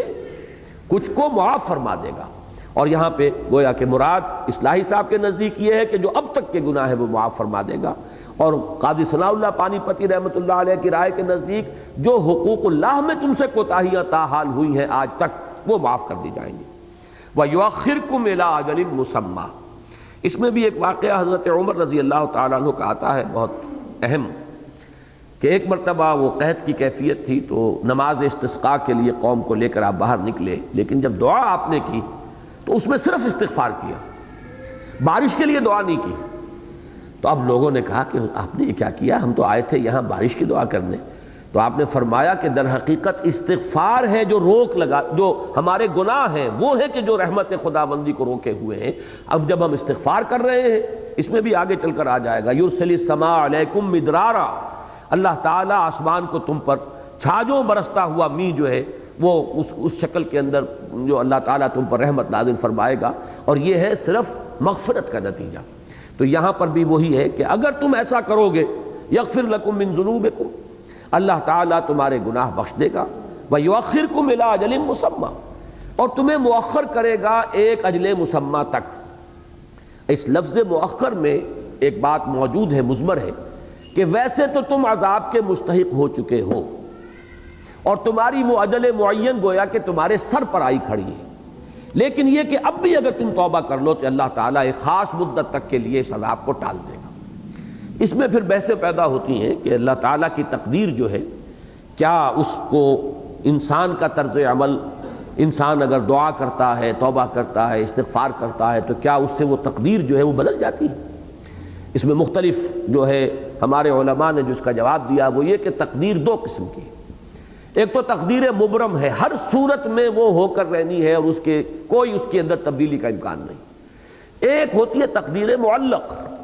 کہ جو مشروط ہوتی ہے کسی چیز کے ساتھ، اگر یہ کرے گا تو یہ ہو جائے گا اور اگر یہ نہیں کرے گا تو یہ نہیں ہوگا۔ اس قسم کی جو تقدیر ہوتی ہے تقدیر معلق، اس کو انسان دعا کے ذریعے سے، حدیث میں بھی آیا ہے لا يرد القضاء الا بالدعاء، نہیں لوٹایا جا سکتا اللہ کا فیصلہ مگر دعا کے ساتھ۔ تو دعا کے اندر اللہ تعالیٰ نے اتنی تاثیر رکھی ہے، خلوص اور اخلاص کے ساتھ۔ استغفار بھی دعا ہی کی ایک شکل ہے، اللہ تعالیٰ سے اپنے گناہوں کی بخشش کی درخواست۔ تو اس کے نتیجے میں یہ ہے کہ وہ عذاب اگر تم نہیں کرو گے استغفار، نہیں ایمان لاؤ گے مجھ پر، تو وہ عذاب آیا کہ آیا، لیکن یہ کہ اگر تم یہ شرط پوری کر دو تو اللہ تعالیٰ ابھی اس عذاب کو ٹال دے گا، مؤخر ہو جائے گا۔ لیکن وہ مؤخر ہونا بھی لامتناہی نہیں ہے، اس لیے کہ یہ تو کائنات ہی لامتناہی نہیں ہے۔ تو گویا کہ اس کے بعد جو بھی آئے گا وہ تمہاری طبعی موت ہے، طبعی زندگی جتنی بھی ہے اس وقت تک کے لیے عذاب جو ہے وہ ٹال دیا جائے گا۔ البتہ یہ کہ جو بھی طبعی طور پر تمہاری زندگی کا اور تمہارا اس دنیا میں رہنے کا معاملہ ہے اسی تک صورت ہوگی، یہ نہیں کہ اس سے آگے بات نکل جائے۔ البتہ یہ کہ پھر تم ایک طبعی موت مرو گے، اللہ تعالیٰ کے اس عذاب استیصال کا نشانہ نہیں بنو گے۔ یؤخرکم الی اجل مسمی ان اجل اللہ اذا جاء لا یؤخر لو کنتم تعلمون، اور اللہ کا معین کردہ وقت جب آ جاتا ہے تو پھر اسے ٹالا نہیں جا سکتا۔ جان لو، کاش کہ تم جان لو، کاش کہ تمہیں اس کا احساس اور شعور ہو جائے۔ اب یہ چند الفاظ میں وہ دعوت آ گئی، اب ہے وہ فریاد جو شروع ہو رہی ہے۔ قال رب انی دعوت قومی لیلا ونہارا، حضرت نوح نے عرض کیا پروردگار میں نے اپنی قوم کو پکارا ہے، دعوت پہنچائی ہے، رات بھی دن بھی، دن رات میں لگا رہا ہوں، میں نے کوئی وقت جو ہے مستثنا نہیں رکھا ہے، ہمہ وقت میں اس کام میں لگا رہا ہوں۔ جیسے ہمارے ہاں وہ ہمہ وقتی کارکن کی ایک اصطلاح ہے کہ پروردگار میں نے ہمہ وقت یہ کام کیا ہے، میں نہ دن دیکھا ہے نہ رات دیکھی ہے، میں نے کوئی اپنے آرام یا چین کی فکر نہیں کی ہے۔ دعوت قومی لیلا ونہارا فلم یزدہم دعائی الا فرارا، لیکن نہیں اضافہ کیا ان کے رویے میں میری اس دعوت نے اور میری ان کے پیچھے اس طریقے سے لگے رہنے نے مگر فرار، یہ اور بھاگے اور مجھ سے جو ہے دور ہونے کی انہوں نے کوشش کی، بجائے اس کے قریب آتے۔ جیسے کہ وہ غالب کا ایک شعر ہے کہ جتنا کھینچتا ہوں اور کھینچتا جائے ہے مجھ سے، میں نے جتنا بلایا تیری طرف یہ اور بھاگے مجھ سے بھی اور تجھ سے بھی۔ فلم یزدہم دعائی الا فرارا، ان کا یہ نفور، ان کا یہ استکبار، ان کا یہ فرار بڑھتا چلا گیا۔ وَإِنِّي كُلَّمَا دَعَوْتُهُمْ لِتَغْفِرَ لَهُمْ، اور میں نے جب بھی کبھی جب ان کو پکارا، ان کو دعوت دی تاکہ پروردگار تو انہیں معاف فرما دے، ان کے گناہوں کی مغفرت فرما دے، یعنی تاکہ یہ دعوت قبول کریں، استغفار کریں، ایمان لے آئیں اور اس کے نتیجے میں تیری مغفرت کے مستحق بن جائیں۔ تو یہ گویا کہ اس میں مضمون جو ہے مضمر ہے، اس کو کھولیں گے تو بات پوری یوں ہوگی وَإِنِّي كُلَّمَا دَعَوْتُهُمْ، جب بھی اور جس طرح بھی میں نے انہیں پکارا تاکہ یہ ایمان لائیں، استغفار کریں اور تیری مغفرت کے مستحق بن جائیں، لِتَغْفِرَ لَهُمْ، تاکہ تو انہیں بخش دے، جَعَلُوا أَصَابِعَهُمْ فِي آذَانِهِمْ وَاسْتَغْشَوْا ثِيَابَهُمْ وَأَصَرُّوا وَاسْتَكْبَرُوا اسْتِكْبَارًا، تو انہوں نے اپنی انگلیاں اپنے کانوں میں ٹھوس لی۔ اب دیکھیے یہ ان کو در حقیقت ان آیات میں آئینہ دکھایا جا رہا ہے قریش کو کہ تم یہی کچھ کر رہے ہو آج محمد کے ساتھ صلی اللہ علیہ وسلم۔ آپ کے علم میں ہوگا، یہ تفسیر جو سیرت میں یہ روایات موجود ہیں کہ حضور جب نکلتے تھے اپنی دعوت کے لیے تو خود ابو لہب حقیقی چچا وہ اپنے کانوں میں روئی ٹھوس کر اور انگلیاں ٹھوس کر پیچھے پیچھے چلتا تھا شور مچاتا ہوا کہ لوگوں ان کی بات نہ سننا، یہ جادوگر ہے، اگر اس کی بات تمہارے کانوں میں پڑ گئی تمہارے دل کی حالت تبدیل ہو جائے گی۔ تو خود بھی اپنے کانوں کے اندر انگلیاں ٹھوسے ہوتا تھا تاکہ کوئی بات جو ہے کلام اللہ کا کوئی جملہ جو ہے وہ اس کے کانوں میں نہ پڑ جائے اور وہاں سے ہو کر وہ دل تک نہ اتر جائے اور اس کی کیفیت تبدیل نہ ہو جائے۔ تو در حقیقت یہ تصویر ہے اس معاشرے کی اور وہ طرز عمل کے جو اس وقت لوگ حضور صلی اللہ علیہ وسلم کے ساتھ روا رکھ رہے تھے، اور جس کے نتیجے میں کہ وہ بات جو میں نے عرض کی ہے سأل سائل بعذاب واقع، حضور صلی اللہ علیہ وسلم نے بھی ان کے اس طرز عمل سے مایوس ہو کر گویا کہ اللہ تعالیٰ سے یہ درخواست کی کہ پروردگار اب انہوں نے ٹھکرانے کا، انکار کرنے کا، اعراض کا آخری جو ہے وہ حق ادا کر دیا ہے، لہذا اب یہ مستحق ہو چکے ہیں عذاب کے۔ وَإِنِّي كُلَّمَا دَعَوْتُهُمْ لِتَغْفِرَ لَهُمْ جَعَلُوا أَصَابِعَهُمْ فِي آذَانِهِمْ وَاسْتَغْشَوْا ثِيَابَهُمْ، انہوں نے اپنے کانوں میں اپنی انگلیاں ٹھوس لیں اور اپنے کپڑے اپنے اوپر اوڑھ لیے، لپیٹ لیے۔ اب اس کے دو معنی ہو سکتے ہیں، ایک تو یہ کہ وہ دیکھنا بھی نہیں چاہتے تھے حضور کو، تو جس طریقے سے اعراض کرتے ہوئے اظہار نفرت کے طور پر کوئی شخص منہ پھیر لیتا ہے، کوئی شخص اپنا چادر جو ہے اس طریقے سے جو ہے لپیٹ لے کہ میں نہ آپ کو دیکھنا چاہتا ہوں نہ آپ کی بات سننا چاہتا ہوں۔ اور ایک یہ بھی ہو سکتا ہے کہ کانوں میں انگلیاں ٹھوسنے کے بعد بھی امکان رہتا ہو کہ کہیں کوئی بات جو ہے وہ میرے کان میں پڑ ہی نہ جائے، تو مزید یہ کہ کپڑے کو بھی اور اوپر سے کس لیا جائے۔ وَاسْتَغْشَوْا ثِيَابَهُمْ، اوڑھ لیے انہوں نے، لپیٹ لیے اپنے گرد اپنے کپڑے، اپنی چادریں۔ وَأَسَرُّوا وَاسْتَكْبَرُوا اسْتِكْبَارًا، اصرار یہاں اب صاد سے آیا ہے، اس کے معنی ہے ضد کرنا، ہٹ دھرمی، ڈٹ جانا غلط بات کے اوپر، اڑ جانا۔ وَأَسَرُّوا، انہوں نے اصرار کیا ہے، یہ جم گئے ہیں، جامد ہو کر رہ گئے کہ زمیں جنبت نہ جنبت گل محمد۔ وَاسْتَكْبَرُوا اسْتِكْبَارًا، انہوں نے بڑا استکبار کیا ہے۔ اس سورہ مبارکہ میں یہ مصدر جو آ رہا ہے بار بار آپ دیکھیں گے، یہ مفعول مطلق، یہ تاکید کے لیے ہوتا ہے، فعل کے ساتھ اس فعل کا مصدر جب لایا جاتا ہے حالت نصبی میں تو گویا کہ اس فعل کی ایک ایسی تصویر جو انتہائی شدت کی ہو اپنی اصل حقیقت کے اعتبار سے۔ وَاسْتَكْبَرُوا اسْتِكْبَارًا، انہوں نے تکبر کیا جیسے کہ تکبر کیا جاتا ہے، انہوں نے آخری درجے میں تکبر کیا ہے، بات سننے سے انکار کیا ہے، ٹھکرا دیا ہے میری دعوت کو، میری بات سننے کے بھی روادار نہیں رہے۔ وَإِنِّي كُلَّمَا دَعَوْتُهُمْ لِتَغْفِرَ لَهُمْ جَعَلُوا أَصَابِعَهُمْ فِي آذَانِهِمْ وَاسْتَغْشَوْا ثِيَابَهُمْ وَأَسَرُّوا وَاسْتَكْبَرُوا اسْتِكْبَارًا ثُمَّ إِنِّي دَعَوْتُهُمْ جِهَارًا ثُمَّ إِنِّي أَعْلَنْتُ لَهُمْ وَأَسْرَرْتُ لَهُمْ إِسْرَارًا، پھر میں نے ان کو پکارا ہے بلند آواز کے ساتھ۔ یہ جہری نماز اور سری نماز یہ تو ہمارے ہاں ہے نا، جہری ظہر عصر کی جو ہے یہ سری ہے، جہری رکعتیں اور سری رکعتیں، تو اس کو ذہن میں رکھیے، ایک ہے آواز سے، بلند آواز سے، اور ایک ہے جا کر خاموشی کے ساتھ خفیہ انداز میں کسی کو علیحدہ لے جا کر کوئی بات سمجھانے کی کوشش کرنا۔ تو یہاں جو الفاظ آئے ہیں ثم انی دعوتہم جہارا، پروردگار پھر میں نے، اس سے گویا کہ یہ نتیجہ نکلتا ہے کہ پہلے جس دعوت کا ذکر ہے وہ پرسنل کانٹیکٹ والا ذکر ہے، اس لیے کہ ثم کا لفظ آیا، ثم در حقیقت تراخی کے لیے آتا ہے، پہلے کسی بات کے بعد پھر جو بات آئے گی وہ لفظ ثم کے ساتھ آئے گی۔ اس کا مطلب یہ ہے کہ پہلے، اور یہ بالکل وہی بات ہے جو سیرت النبی میں ہمیں ملتی ہے کہ 3 برس تک حضور نے صلی اللہ علیہ وسلم، یہ نہیں کہ آپ کی دعوت کے اندر وہ جوش و خروش نہیں تھا، وہ سارا جوش و خروش اور جذبہ موجود تھا، لیکن اعلانیہ نہیں تھی وہ دعوت، وہ آپ نے علل اعلان نہیں دی تھی بلکہ پرسنل کانٹیکٹ کے ذریعے سے اپنے قریبی عزیزوں کو اور عزیزوں کے ذریعے سے آگے ان کے جاننے والوں کو، جیسے حضرت ابو بکر کے ذریعے سے جو ان کے جاننے والے تھے ان تک بات پہنچ گئی، اور عشرہ مبشرہ میں سے 6 صحابہ جو ہیں وہ ان کی دعوت و تبلیغ کے نتیجے میں ایمان لے آئے۔ تو یہ گویا کہ پرسنل کانٹیکٹ سے چراغ روشن ہو رہا تھا، دیے سے دیا جو ہے وہ جل اٹھ رہا تھا۔ لیکن اس کے بعد پھر وہ مرحلہ آیا فاصدع بما تؤمر، اب آپ کھڑے ہوئے کوہ صفا پر اور آپ نے نعرہ لگایا اور پھر اب آپ نے اعلانیہ دعوت شروع کی۔ تو یہ ثم در حقیقت چونکہ لفظ آیا ہے تو پہلی دعوت وہ ہے کہ جس کی کیفیت وہ تھی کہ محض پرسنل کانٹیکٹ سے بات کو آپ پہنچا رہے تھے، لیکن اس کے بعد پھر آپ نے علل اعلان، ڈنکے کی چوٹ، فاصدع بما تؤمر ثم انی دعوتہم جہارا ثم انی اعلنت لہم واسررت لہم اسرارا۔ یہ تیسری بات جب آئی ہے، یہ گویا کہ ان دونوں چیزوں کا مجموعہ بن گیا ہے۔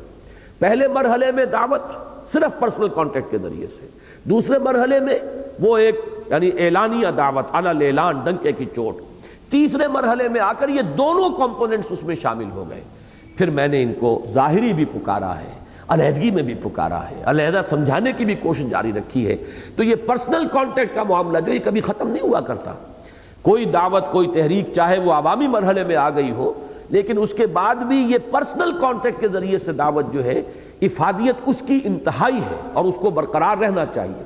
تو میں نے ثم انی اعلنت لہم، اگرچہ پھر ایک تراخی آ رہی ہے، تو یہ دعوت کے 3 مراحل جو ہے اس کو اچھی طرح سمجھ لیجئے. اس میں تیسرا مرحلہ جو ہے وہ بھی ایک گویا کہ مکسچر ہے،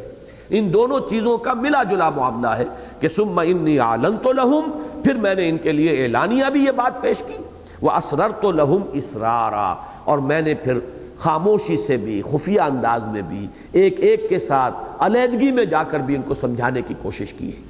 یہاں یہ مصدر جو آیا ہے یہ میرا نام آ گیا ہے، اس کو نوٹ کر لیجئے، اس لیے کہ اس کے بارے میں بڑے اشتباہ رہتے ہیں. اکثر لوگ تو نام جو پہلی مرتبہ میرا سنتے ہیں تو وہ سمجھتے ہیں کہ یہ لفظ غلط ہے، اس لیے کہ انہیں یہ تو معلوم ہے کہ سر کی جمع اسرار ہے. صحیح معلوم ہے، سر کہتے ہیں بھید کو، اسرار جو ہے اس کی جمع ہو گئی.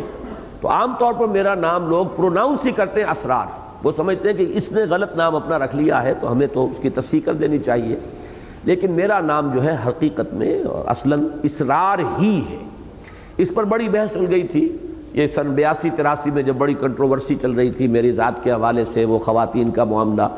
تو ہر اعتبار سے مجھ پر جو حملے ہوئے تھے ان میں سے ایک یہ بھی تھا کہ نام ہی غلط ہے ان کا. تو مجھے پھر وہ تحقیق کرنی پڑی، اور جب پھر میں نے لسان العرب کو کنسلٹ کیا تو میں حیران رہ گیا کہ لفظ اسرار جو ہے یہ مصدر ہے افعال سے، سر سے اسرار. اس کے معنی کسی چیز کا چھپانا یا چھپا کر کوئی بات کسی کو بتانا. اظہار میرے بڑے بھائی کا نام ہے، وہ ہے کسی شے کو ظاہر کرنا یا کسی شے کو غالب کرنا. اسرار اس کے برعکس ہے، کسی شے کو چھپا لینا یا چھپا کر خفیہ طریقے سے کسی کو کوئی بات بتانا. جیسے سورہ تحریم میں آیا اذ اسر النبی الی بعض ازواجہ حدیثا، جبکہ نبی صلی اللہ علیہ وسلم نے ایک بات اپنی بعض ازواج میں سے بعض کو بطور راز بتائی. لیکن لسان العرب میں یہ بات پڑھ کر میں حیران رہ گیا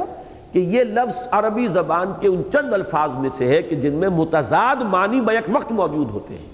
اسرار کے معنی صرف چھپا کر کہنا نہیں ہے بلکہ اس میں اظہار کا مفہوم بھی موجود ہے، اعلانیہ کوئی کہنا بھی اس کے اندر موجود ہے. تو یہ در حقیقت یہ جامع ضدین ہے یہ لفظ کہ اس میں دونوں مفہوم موجود ہیں. تو مجھے پھر اطمینان ہوا کہ نام میرا وہ تو بہت ہی اچھا ہے، والدین نے رکھا ہے کہ یہ دونوں چیزیں اگر اس میں موجود ہیں، یہ لسان العرب کے اندر یہ پوری بحث موجود ہے. بہرحال یہاں پہ مراد جو کچھ ہے وہ یہی کہ میں نے اعلانیہ بھی انہیں سمجھایا اور علیحدہ علیحدہ تنہائی کے اندر اب ان سے علیحدگی میں ان کو سمجھانے کی کوشش کی. فقلت، میں نے کہا کیا؟ فقلت استغفروا ربکم انہ کان غفارا، میں نے ان سے کہا اپنے رب سے استغفار کرو. اور ظاہر بات ہے استغفار سے پہلے ایمان لانا پڑتا ہے. اپنے رب سے استغفار کرو، اس میں مضمر ہے ایمان لاؤ، اس کی توحید کا اقرار کرو، یہ بت پرستی ترک کرو. انہ کان غفارا، بہت اہم بات ہے جو اس کے اندر مضمر ہے، وہ بہت ہی معاف کرنے والا ہے. اس لیے کہ یہ سارا مشرکانہ نظام جو دنیا میں بنتا رہا ہے اس کے در حقیقت جو انڈر لائنگ اس کی فلسفی ہے، اس کی بنیاد کے اندر جو فکر کام کرتا ہے وہ یہ ہے کہ اللہ تو بہت دور ہے، بہت دور ہے، وراء الورا ثم وراء الورا، ہم بڑے پستی کے مکین ہیں، ہم تو ہیچ ہیں، ہماری بات تو وہاں تک پہنچ نہیں سکتی. کوئی سفارشی درکار ہے، کوئی درمیانی ایسے وسیلے ہوں کہ وہ ہماری سفارش کریں. اس حوالے سے وہ سارا نظام چلتا ہے کہ وما نعبدهم الا ليقربونا الى الله زلفا، یا یہ کہ یہ در حقیقت ہم شفعاؤنا عند اللہ، یہ جو ہستیاں جنہیں ہم پوجتے ہیں یہ تو اللہ کے ہمارے سفارشی ہیں. ہم نے ان کو کب کہا ہے کہ یہ ہمارے خالق ہیں؟ وَلَئِن سَأَلْتَهُم مَّنْ خَلَقَ السَّمَاوَاتِ وَالْأَرْضَ لَيَقُولُنَّ اللَّهُ، اے نبی اگر آپ ان سے پوچھیں گے کس نے پیدا کیا آسمان اور زمین، فوراً کہیں گے اللہ نے کیے. وہ کسی اور کو خالق نہیں مانتے تھے.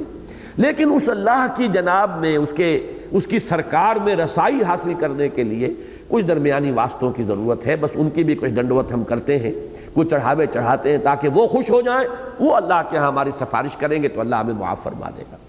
اس سب کی نفی کی ہے اس جملے انہ کان غفارا، وہ تو بہت ہی معاف کرنے والا ہے، اسے کسی کی سفارش کی ضرورت نہیں ہے. تم اس کی طرف متوجہ تو ہو.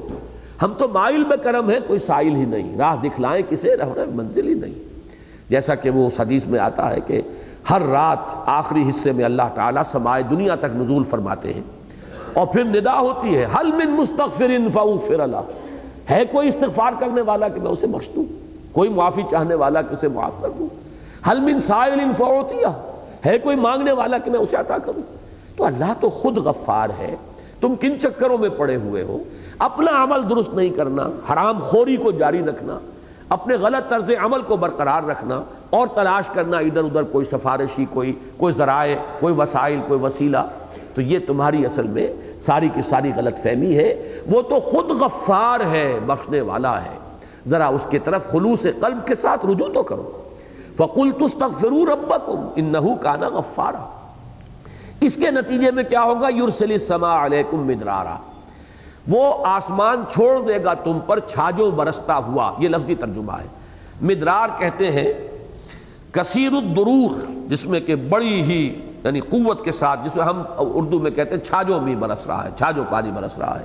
اور آسمان کو چھوڑ دے گا، یعنی گویا کہ بند ہے کوئی لگا ہوا، اور اس کے بعد اللہ تعالیٰ کے حکم سے وہ بند کھلے گا، اور تم پر جو ہے اللہ کی طرف سے بارش ہوگی رحمت کی، اور ماء مبارکہ تم پر نازل کیا جائے گا۔ یرسل السماء علیکم مدرارا ویمددکم باموال وبنین، اور وہ تمہاری مدد فرمائے گا مال کے ذریعے سے بھی اور بیٹوں کے ذریعے سے بھی، ویجعل لکم جنات ویجعل لکم انہارا، اور وہ تمہیں باغات بھی تمہیں عطا فرمائے گا، تمہارے لیے بنا دے گا باغات، اور تمہارے لیے بہا دے گا اور رواں کر دے گا نہریں اور چشمے۔ اب یہ جو الفاظ ہیں ان کے حوالے سے بعض تفسیری روایات، اگرچہ وہ محدثین کے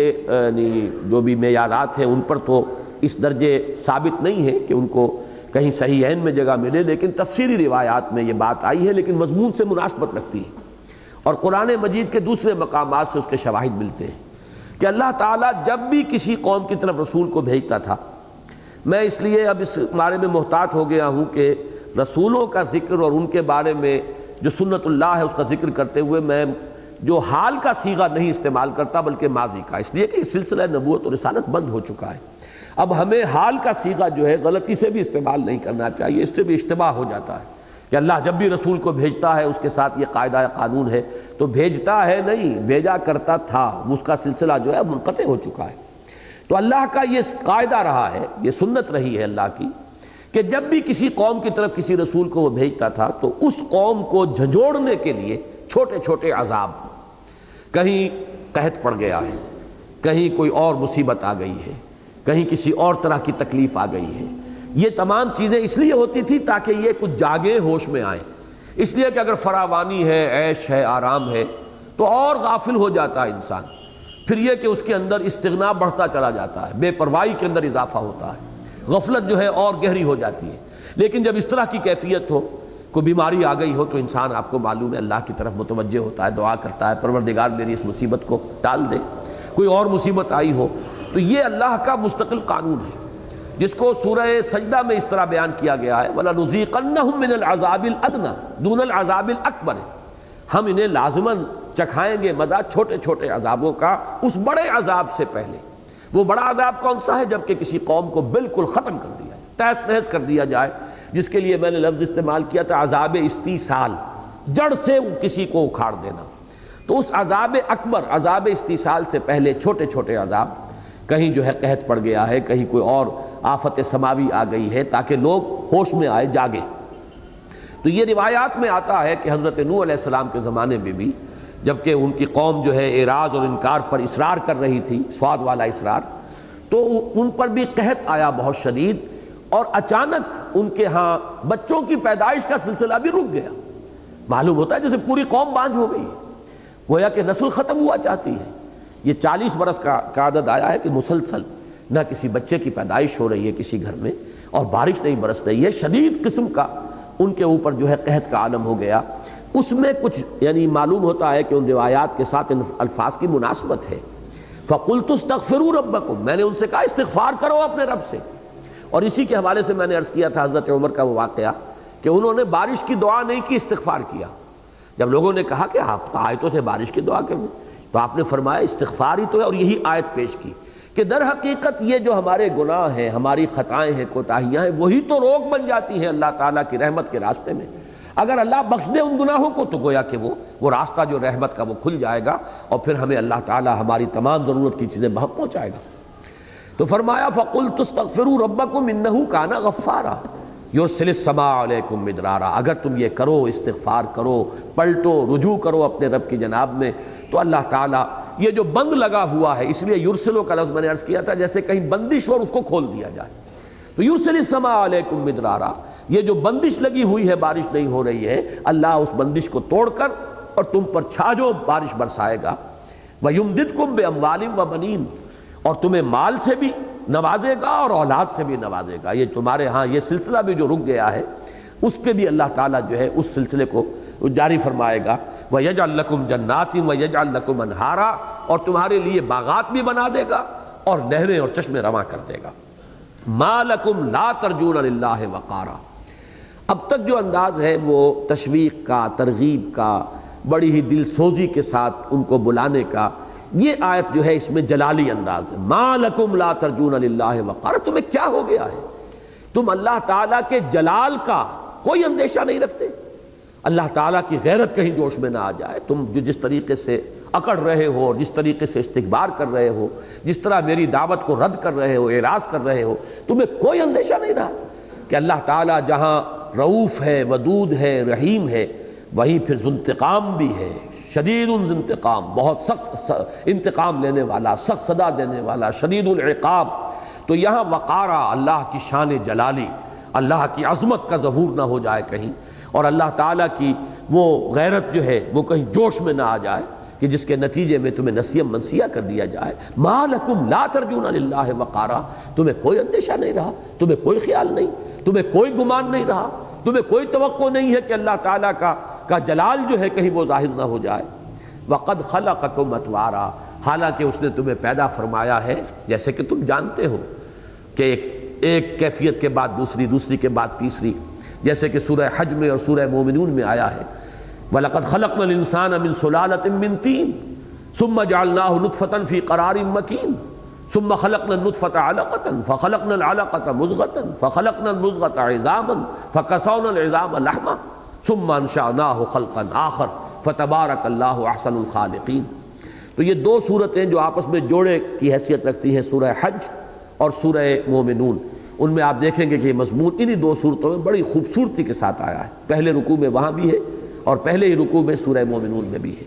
قد خلقکم اطوارا، طوراً بعد طور، ایک کیفیت کے بعد دوسری، دوسری کے بعد تیسری، تمہیں کہاں سے کہاں پہنچا دیا ہے گندے پانی کی بوند سے، اور تمہیں ایک انسان بنا کر کھڑا کر دیا ہے، اتنی اعلیٰ صلاحیتیں تمہارے اندر ودیت کر دی ہیں۔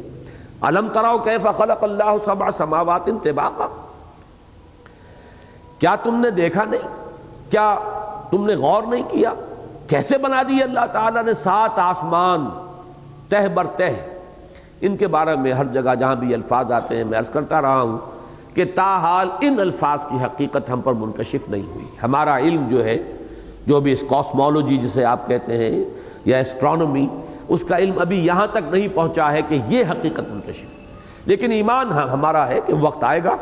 کہ معلوم ہوگا جب اور انسان کا علم بڑھے گا کہ یہ ہے وہ حقیقت جس کو 7 آسمانوں کی شکل میں اور اس طریقے سے قرآن مجید نے بار بار بیان کیا ہے۔ تاحال ہم اس کی اصل حقیقت کو جاننے سے قاصر ہیں اور ہمارے لیے ممکن نہیں ہے۔ یہاں پر ایمان بالغیب اور قرآن مجید پر پورا اعتماد اور یقین، بس یہی ہمارا سہارا ہے۔ 7 آسمان طباقہ، ایک دوسرے پر تہ بر تہ۔ وجعل القمر فیہن نورا، اور ان آسمانوں میں رکھ دیا اس نے چاند کو ایک روشن قندیل بنا کر، وجعل الشمس سراجا، اور اس نے بنا دیا ہے سورج کو ایک چراغ۔ یہ جو لفظ ہے چاند اور سورج کا جو تقابل قرآن مجید میں آتا ہے، یہ سورہ فرقان کے آخری رکوع میں بھی ہے۔ تبارک الذی جعل فی السماء بروجا وجعل فیہا سراجا وقمرا منیرا۔ سورج کو ہمیشہ کہا گیا چراغ۔ چراغ وہ ہے کہ جس میں کمبسٹن کا عمل جو ہے، عمل احراق، جلنے کا عمل ہو رہا ہوتا ہے، اس میں نور بھی ہے، حرارت بھی ہے۔ تو چونکہ اب سائنس ہماری جو ہے وہ اس بات کو واضح طور پر جانتی ہے، سورج تو ایک بہت بڑی بھٹی ہے، ایسی بھٹی جس کا کہ ہم تصور ہی نہیں کر سکتے، وہاں سے ہی یہ حرارت اور یہ جو نور کا جو بھی طوفان ہے وہ نکلتا ہے۔ لیکن چاند میں کوئی عمل نہیں ہے کمبسچن کا، وہ تو ایک ٹھنڈی شے ہے، اس کے اندر جو روشنی ہے وہ بھی ریفلیکٹ ہو رہی ہے سورج کی روشنی، اس کے اندر اپنی روشنی بھی نہیں ہے۔ تو چاند اور سورج کے مابین جو فرق ہے، قرآن مجید نے اس کو بڑے نمایاں انداز میں، چاند کو کہا ہے وہ منور ہے، منیر ہے، روشن ہے، لیکن سورج جو ہے وہ چراغ ہے جس میں کہ کوئی شے جل رہی ہے۔ صرف فرق یہ ہے کہ آپ کے چراغ میں کوئی مٹی کا تیل جل رہا ہے لالٹین میں، یا چراغ کے اندر کڑوا تیل جل رہا ہے، اور وہاں کیا جل رہا ہے اس کا آپ اندازہ نہیں کر سکتے کہ اس کی کتنی حرارت ہے اور کتنی اس کے اندر طوفانی جو ہے وہ عمل احراق جو ہے کس کیفیت میں ہے۔ لیکن بہرحال جہاں تک دو الفاظ کا تعلق ہے وہ صحیح منطبق ہوتے ہیں۔ وَجَعَلَ الْقَمَرَ فِيهِنَّ نُورًا، اور اس نے ان آسمانوں کے اندر یہ ایک قندیل روشن کر دی ہے یہ چاند کی، وَجَعَلَ الشَّمْسَ سِرَاجًا، اور سورج کو بنا دیا ہے چراغ، وَاللَّهُ أَنبَتَكُم مِّنَ الْأَرْضِ نَبَاتًا، اور اللہ نے تمہیں اگایا ہے زمین سے جیسے کہ اگایا جاتا ہے۔ یہ آیت اس سورہ مبارکہ کی یہ ذرا ایسی ہے کہ جس کے بارے میں تفصیلاً غور کرنے کی ضرورت ہے۔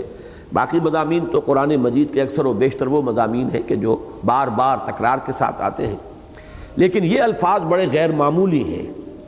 اور اس انداز میں میرے علم میں نہیں ہے کہ کسی اور جگہ یہ انداز جو ہے انسان کی تخلیق کے ضمن میں یہ اسلوب اختیار کیا گیا ہو یا اس سے کوئی ملتا جلتا اسلوب ہو۔ وَاللَّهُ أَنبَتَكُم مِّنَ الْأَرْضِ نَبَاتًا، اللہ نے تو تمہیں اگایا ہے زمین سے جیسے اگایا جاتا ہے۔ اب اس میں ایک تو وہ لوگ کہ جن کا رجحان ہے کہ ایولیوشن جو ہے ڈارون کا نظریہ ارتقاء کے نام سے وہ معروف ہے، لیکن اصل میں اس کے دو حصے کیے جانے چاہیے، ایک ہے نظریہ ارتقاء، ایک ہے ڈارون کا نظریہ ارتقاء۔ ان دونوں میں بڑا فرق ہے۔ جہاں تک ارتقاء کا تعلق ہے وہ تو ہمارے علماء اور ہمارے مفکرین نے بہت پہلے اس کے بارے میں گفتگو کی ہے۔ ابن مسکوے ہو، مولانا روم ہو، بڑی صراحت کے ساتھ انہوں نے ارتقاء کا ذکر کیا ہے کہ اس کائنات کا تدریجاً یوں ارتقاء ہوا ہے، اور پھر یہ جمادات سے پھر نباتات، اور نباتات سے حیوانات، اور حیوانات سے انسان کی تخلیق جو ہے تدریجاً ہوئی ہے۔ تو ارتقاء کے ماننے والے تو بہت لوگ ہیں۔ ڈارون کا نظریہ ارتقاء در حقیقت وہ ارتقاء کی جو میکینزم ہے، اس کی جو شکل ہے، جو اس کا پروسیس بنتا ہے، اس کی توجیہ ہے۔ اس نے اس کو بیان کیا ہے دو اصطلاحات کے حوالے سے، ایک تو اسٹرگل فار ایگزسٹنس اور ایڈیپٹیشن، کہ تمام اس دنیا کے اندر حیوانات کے مابین ایک کشمکش جاری ہے اپنے آپ کو برقرار رکھنے کے لیے۔ چیزیں کم ہیں، کمپٹیشن بہت ہے، تو جو بھی ان میں سے سروائیول آف دی فٹسٹ، جو اس میں سے نہایت فٹ ہوگا وہی سروائیو کرے گا، باقی ختم ہو جائیں گے۔ تو حالات جب بدلتے ہیں تو جو اپنے اندر حالات کے ساتھ سازگاری پیدا کر کے اور اپنے وجود کو مناسب بنا لیتا ہے بدلے ہوئے حالات کے، وہ بچ جاتا ہے، باقی جس کے اندر یہ ایڈیپٹیشن کی صلاحیت نہیں ہے وہ ختم ہو جاتا ہے۔ تو struggle for existence, survival of the fittest, اور ایڈیپٹیشن کے ذریعے سے نئے جو وہ اپنے اوصاف پیدا کرتا ہے وہ جاندار اپنے اندر ماحول کے ساتھ سازگاری اختیار کرنے کے لیے، یہ تھوڑے تھوڑے بڑھتے چلے جاتے ہیں اور نسلاً منتقل ہوتے ہیں، یہاں تک کہ ان کے اندر اتنی بڑی تبدیلی ہو جاتی ہے کہ ایک بالکل نئی نوع وجود میں آ جاتی ہے۔ یہ در حقیقت اس کا فلسفہ یہ ہے کہ اس نے توجیہ کی ہے ایولیوشن کی، لیکن یہ وہ شے ہے کہ جسے آج تک ثابت نہیں کیا جا سکا۔ اس لیے کہ سائنس میں تو آپ کو معلوم ہے اصول یہ ہے کہ جو آپ کا ہائپوتھیسس ہے، جو آپ کا نظریہ ہے، اس نظریے میں جو چیز بنیادی ہے اس سے آپ ایکسپیریمنٹ سے ثابت کر دیجئے، تب اب وہ ایک ثابت شدہ حقیقت مانا جائے گا۔ لیکن اگر اس کو آپ ثابت نہیں کر سکتے تو ایک اسپیکولیشن ہے، ایک نظریہ ہے، نظریے کی حیثیت سے برقرار رہے گا، لیکن یہ کہ اس کو لوگ رد بھی کریں گے۔ چنانچہ ڈارون کا نظریہ جو ہے وہ خود بایولوجی کے میدان میں رد کیا گیا ہے، اور بہت سے دوسرے متبادل جو ہے نظریات پیش کیے گئے، اس لیے کہ یہ ثابت نہیں ہو سکا کہ ایکوائرڈ کریکٹر جو ہوتا ہے، کوئی حیوان اپنے اندر جو نئی چیز پیدا کرتا ہے وہ آیا نسلاً منتقل ہو سکتی ہے؟ وہ آگے نسلاً منتقل نہیں ہوتی، وہ اس انڈیویجول تک رہ جاتی ہے، بات آگے نسلاً منتقل نہیں ہوتی۔ اگر تو یہ ثابت کر دیا جائے ایکسپیریمنٹیشن سے کہ منتقل ہو سکتی ہے، تب تو ڈارون کا جو یہ نظریہ ہے یہ گویا کہ ثابت ہو جائے گا۔ لیکن جب تک اس کو اسٹیبلش نہ کیا جائے تجربے سے، اس وقت تک وہ نظریہ محض ایک نظریہ ہے۔ لیکن اصل شے اس کو علیحدہ رکھ دیجئے، میرے نزدیک چونکہ میرا رجحان ہے اس بات کی طرف کہ میں ارتقاء کو ماننے والوں میں سے ہوں، اور ارتقاء کے اندر میرے نزدیک جو شے تبدیلی پیدا کرتی ہے وہ امر اللہ ہے، کن فیکون۔ اللہ تعالیٰ تدریجاً ایک کے بعد دوسری، دوسری کے بعد تیسری، ایک سے دوسری جو نوع پیدا کر رہا ہے، اس میں یہ نہیں ہوتا ہے کہ ایکوائرڈ کریکٹر جو ہے خود بخود ٹرانسمٹ ہو جائیں، بلکہ اس کے اندر تبدیلی ہر مرحلے پر لفظ کن کے ذریعے سے، اللہ کے امر کے ذریعے سے وہ تبدیلی آتی ہے۔ اس بات کو اگر سمجھ لیا جائے، اس کو مان لیا جائے، تو پھر نظریہ ارتقاء کے اندر نہ کوئی کفر رہا نہ کوئی شرک رہا۔ اس کی اسلام کے ساتھ اب کوئی یوں سمجھیے کہ مقابلے یا مخالفت کا مسئلہ نہیں۔ اس کی مثال جو میں دیا کرتا ہوں وہ یہ ہے کہ ایک تصور تو یہ ہے کہ کوئی اوپر سے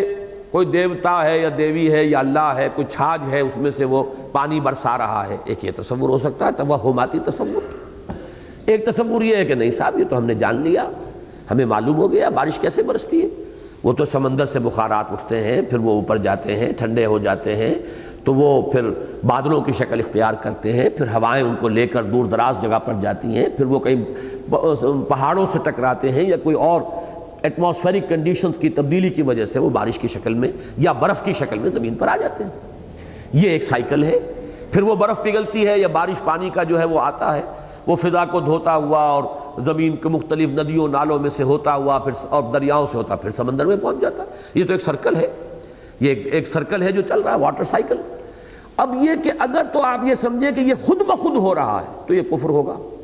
اگر آپ یہ کہیں کہ یہ سب کچھ اللہ کر رہا ہے، یہ اذن رب سے ہے، یہ قانون اللہ کا بنایا ہوا ہے، تو اس قانون کو مان کر اس کے معنی نفی نہیں ہو جائیں گے اللہ کی قدرت کے یا اللہ کی الوہیت کے یا اللہ کی حاکمیت کے، بلکہ اللہ نے یہ قاعدہ بنایا، اللہ نے یہ قانون بنایا۔ اسی طرح ارتقاء میں اگر حکم خداوندی، اذن خداوندی کو آخری فیصلہ کن بات مانی جائے تو پھر اس کے بعد اس میں کوئی کفر یا الحاد نہیں ہے۔ لیکن اگر یہ سمجھا جائے کہ یہ آٹومیٹک خود بخود اس طریقے سے ہو رہا ہے جیسے کہ ڈارون نے کہا، تو یقیناً پھر وہ مذہب سے اور مذہب کی تعلیمات سے بہت دور لے جاتا ہے انسان کو۔ اور آج مغرب میں سب سے بڑا المیہ یہی ہے۔ در حقیقت مذہب سے سب سے زیادہ دور کرنے والی شے سائنس کے میدان میں یہ نظریہ ارتقاء ہے اور کوئی دوسری شے نہیں ہے۔ فزکس کے میدان میں کوئی شے ایسی نہیں ہے کہ جو مذہب سے آپ کو دور لے جانے والی ہو۔ کیمسٹری کے میدان میں کوئی شے ایسی نہیں ہے جو ٹکراتی ہو مذہب کے ساتھ۔ یہ صرف یہی معاملہ ہے کہ ڈارون کے نظریہ ارتقاء نے جو توجیہ پیش کی ہے اس کے نتیجے میں الحاد اور کفر جو ہے وہ خود بخود ذہنوں کے اندر بیٹھ جاتا ہے۔ امریکہ جیسے ملک کے اندر ایک بڑا سٹرونگ ریزنٹمنٹ ہے کہ تم ہائی اسکول کے لیول پر نظریہ ارتقاء پڑھا دیتے ہو ہمارے بچوں کو، نتیجتاً مذہب کی کوئی بنیادی ان کے ذہن میں نہیں رہتی، اس کی بنیاد ہی ختم ہو جاتی ہے۔ لہذا وہاں ہمیشہ کنٹروورسی چلتی رہتی ہے کہ جو لوگ بھی کچھ مذہبی مزاج کے وہ کہتے ہیں کہ نظریہ ارتقاء ہائی اسکول لیول پر نہ پڑھایا جائے، یہ ابھی کچا ذہن ہوتا ہے، اور ہائی اسکول وہاں پر ہوتا ہے وہ 12 سال والا۔ تو یہ جو ایف اے یوں سمجھیے آج کل ہمارے ابھی فیصلہ ہو گیا کہ تمام ہائی اسکول جو ہیں وہ ایف اے تک ان کو اپ گریڈ کر دیا جائے گا، تو وہاں پر پہلے ہی سے ایسا ہے۔ یہ جو ذہن ہے ابھی پختہ تو ہوتا نہیں اور بہت ریسیپٹیو ہوتا ہے، جو چیز آتی ہے ذہن میں بیٹھ جاتی ہے۔ اس مرحلے پر تم پڑھاتے ہو تو وہ تو اسے سمجھتا ہے کہ بس یہی واقعہ ہے اور ایمان لے آتا ہے، اور جس نے اس چیز کو اس شکل میں مان لیا اب اس کے لیے دین اور آخرت اور اللہ اور خدا اور یہ سب تمام چیزیں جو ہیں وہ بالکل یوں سمجھیے کہ irrelevant ہو جاتی ہیں، ان کا کوئی بحث کا موقع ہی نہیں۔ تو یہ تصور ذہن میں رکھیں۔ باقی اس آیت کے اندر ایک نقشہ ہے، دیکھیے پودا، پلانٹ اور کوئی حیوان، اس میں فرق کیا ہے؟ باقی سارا میکینزم وہی ہے۔ پلانٹ جو ہے وہ گویا کہ گڑا ہوا ہے زمین میں، وہ ہل نہیں رہا ہے۔ باقی تو سارا میکینزم، بایولوجی آپ کو معلوم ہے، بایولوجی جو علم الحیات 2 حصوں میں تقسیم کریں گے، زوالوجی اور باٹنی۔ وہ علم نباتات ہے، یہ علم الحیوانات ہے، دونوں کو گروپ کرتے ہیں بایولوجی کے اندر کہ لائف اس میں بھی ہے، لائف اس میں بھی ہے۔ لیکن یہ پودا جو ہے یہ گڑا ہوا ہے ایک جگہ، جبکہ حیوان چل رہا ہے۔ باقی تو ساری فزیولوجی وہی کی وہ ہے۔ اس اعتبار سے اس کے اندر انبتکم من الارض نباتا ایک گویا کہ اشارہ ضرور موجود ہے کہ اس طریقے سے تدریجاً ارتقاء ہو کر انسان تک یہ عمل جو ہے تخلیق انسان تک پہنچا ہے۔ اور اگر اس طرف ذہن نہ آئے یا آدمی نہ چاہے اس انداز میں سوچنا، تب بھی ایک مفہوم موجود ہے، اور اس کا تقابل ہوگا آگے جو آیت آ رہی ہے کہ بعث بعد الموت میں تو اللہ تعالیٰ تمہیں قبر سے نکال لے گا جیسے نکالا جاتا ہے۔ وہاں یہ نہیں ہوگا کہ پھر بچے کی شکل میں کوئی آئے، پھر اس کی تدریجاً ترقی ہو، جیسے پودا ہے بڑھ رہا ہے، بڑھتا چلا جا رہا ہے، ابھی وہ صرف 2 پتیاں تھیں، پھر آگے بڑھا، پھر آگے بڑھا، پھر تناور درخت بنا۔ اسی طریقے سے انسان کا بچہ ہے، وہ پیدا ہوا تو بہت ہی یوں سمجھیے کہ عاجز اور لاچار، بڑی مشکل سے تو وہ کھڑا ہونا سیکھتا ہے، پھر وہ بڑھتا ہے، اس کا قد جو ہے اونچا ہوتا چلا جاتا ہے۔ یہ اس تخلیق اول میں تو ایسا ہے، واللہ انبتکم من الارض نباتا۔ یہاں تو تم جیسے پودا اوپر پروان چڑھتا ہے اور اوپر جاتا ہے، ایسے ہی تم نے بھی 20 سال لیے ہیں اپنے اس قد تک پہنچنے میں یا اپنے اس جسم کی اس پختگی کو پہنچنے میں۔ لیکن قیامت کے دن بعث بعد الموت جب ہوگا تو وہ تو اللہ نکال لے گا. یخرجکم اخراجا، پھر وہاں جو ہے انبتکم نباتا والی بات نہیں ہوگی. پھر یہ وقت جو ہے اس میں نہیں لگے گا تمہاری اپنی اس پوری جو شخصیت ہے اس تک پہنچنے کے لیے. تو اس کے تقابل کے لیے بھی یہ لفظ جو ہے بہت ہی مناسب ہے کہ تمہیں یہاں تو اس نے اگایا ہے جیسے اگایا جاتا ہے، جیسے پیڑ تدریجاً بڑھتا ہے ایسے ہی تم بھی بڑھے ہو. لیکن یہ ہے کہ وہاں جب معاملہ ہوگا تو اس کے لیے الفاظ بعد میں آ رہے ہیں. بہرحال اس میں ایک اشارہ موجود ہے اس ارتقاء کی طرف بھی. ایک تو ہے ایک فرد کا پودے کی طرح آگے بڑھنا، ایک ہے اس پوری جو حیواناتی کنگڈم ہے، اینیمل کنگڈم، اس کے اندر تدریجاً ارتقاء ہوتے ہوئے. اور عجیب بات یہ ہے کہ یہ بایولوجی میں بھی اس کو کہا جاتا ہے ٹری آف ایولیوشن. یہ درخت ہے ارتقاء کا، اور اس ٹری آف ایولیوشن کے ٹاپ پر ہومو سیپینس جو ہے وہ انسان کا بایولوجیکل نیم ہے. Homo sapiens stands at the top of that evolution tree. تو وہاں بھی ایک تصور جو ہے وہ درخت ہی کا دیا جاتا ہے، اور اس میں سے شاخیں نکلتی ہیں درخت میں سے. تو مختلف مراحل پر مختلف سپیشیز جو ہے علیحدہ ہوتی چلی گئی، لیکن درخت جو ہے ابھی بڑھتا چلا جا رہا ہے یہاں تک کہ اس کے ٹاپ پر ہومو سیپینز آیا. تو واللہ انبتکم من الارض نباتا، اس میں وہ رنگ بھی موجود ہے. اور یہ کہ عام معنی میں یہ بھی کہ جس طرح پودا تدریجاً بڑھتا ہے اور بلند سے بلند تر ہوتا ہے یہاں تک کہ اپنی وہ جو پوری اس کی ہے اونچائی وہاں تک پہنچ جاتا ہے، اسی طرح تمہیں بھی اللہ نے اسی طرح اگایا ہے. فرق صرف یہ ہے کہ تم چلتے پھرتے اگے ہو، بڑھے ہو، اور وہ پودا جو ہے وہ ایک جگہ پر گڑا ہوا جو ہے وہ بڑھتا ہے، اور اس کے سوا کوئی فرق نہیں. واللہ انبتکم من الارض نباتا ثم یعیدکم فیہا، پھر وہ تمہیں اس کے اندر دوبارہ لے جائے گا. وَيُخْرِجُكُمْ إِخْرَاجًا، اور تمہیں نکال لے گا جیسے نکالا جاتا. یہ گویا کہ ایسے جیسے کسی جگہ پر صندوق میں کوئی چیز رکھی ہوئی اور نکال لی. اب اس میں کوئی ارتقاء وغیرہ کا مسئلہ نہیں ہے. وہ جو باعث بعد الموت ہے وہ دفعتاً ہے، وہ اچانک ہوگی. اس کے اندر یہ ارتقائی عمل نہیں ہوگا، نہ وہ ارتقاء لمبا عمل، اور نہ یہ ایک فرد کا ارتقاء جو ہو رہا ہے کہ وہ اتنا وقت لیتا ہے اپنی قوت اور شدت کو پہنچنے میں، وہ نہیں. وہ یخرجکم اخراجا، تمہیں وہاں سے نکال لے گا جیسے نکالا جاتا ہے. جیسے کوئی چیز بنی بنائی کہیں موجود ہے اور وہاں آپ نے ہاتھ ڈالا اور نکال لیا، ایسے ہی اللہ تعالیٰ تمہیں اس زمین سے دوبارہ نکال لے گا.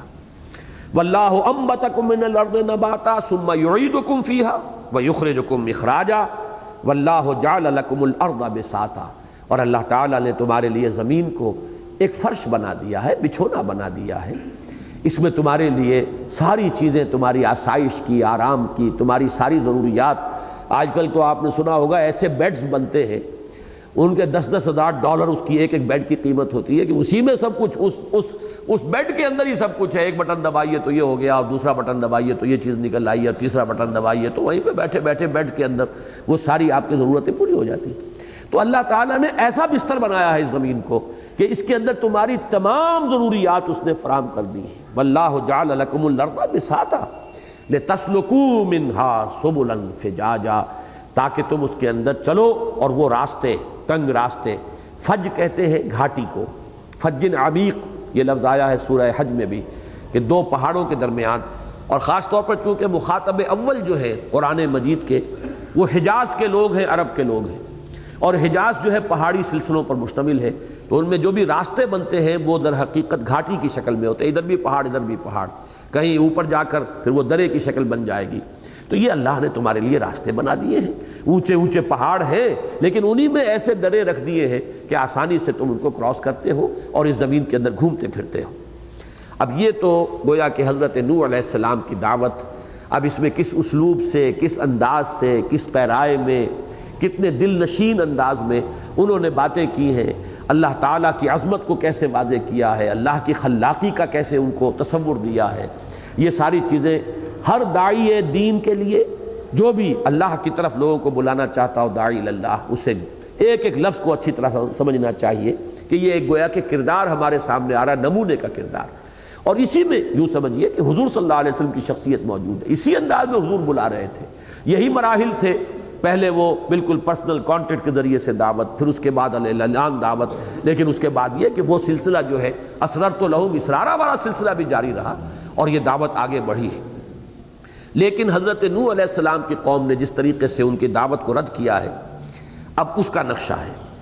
قال نوح رب انہم عصونی،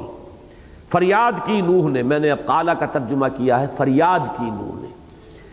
اے میرے رب،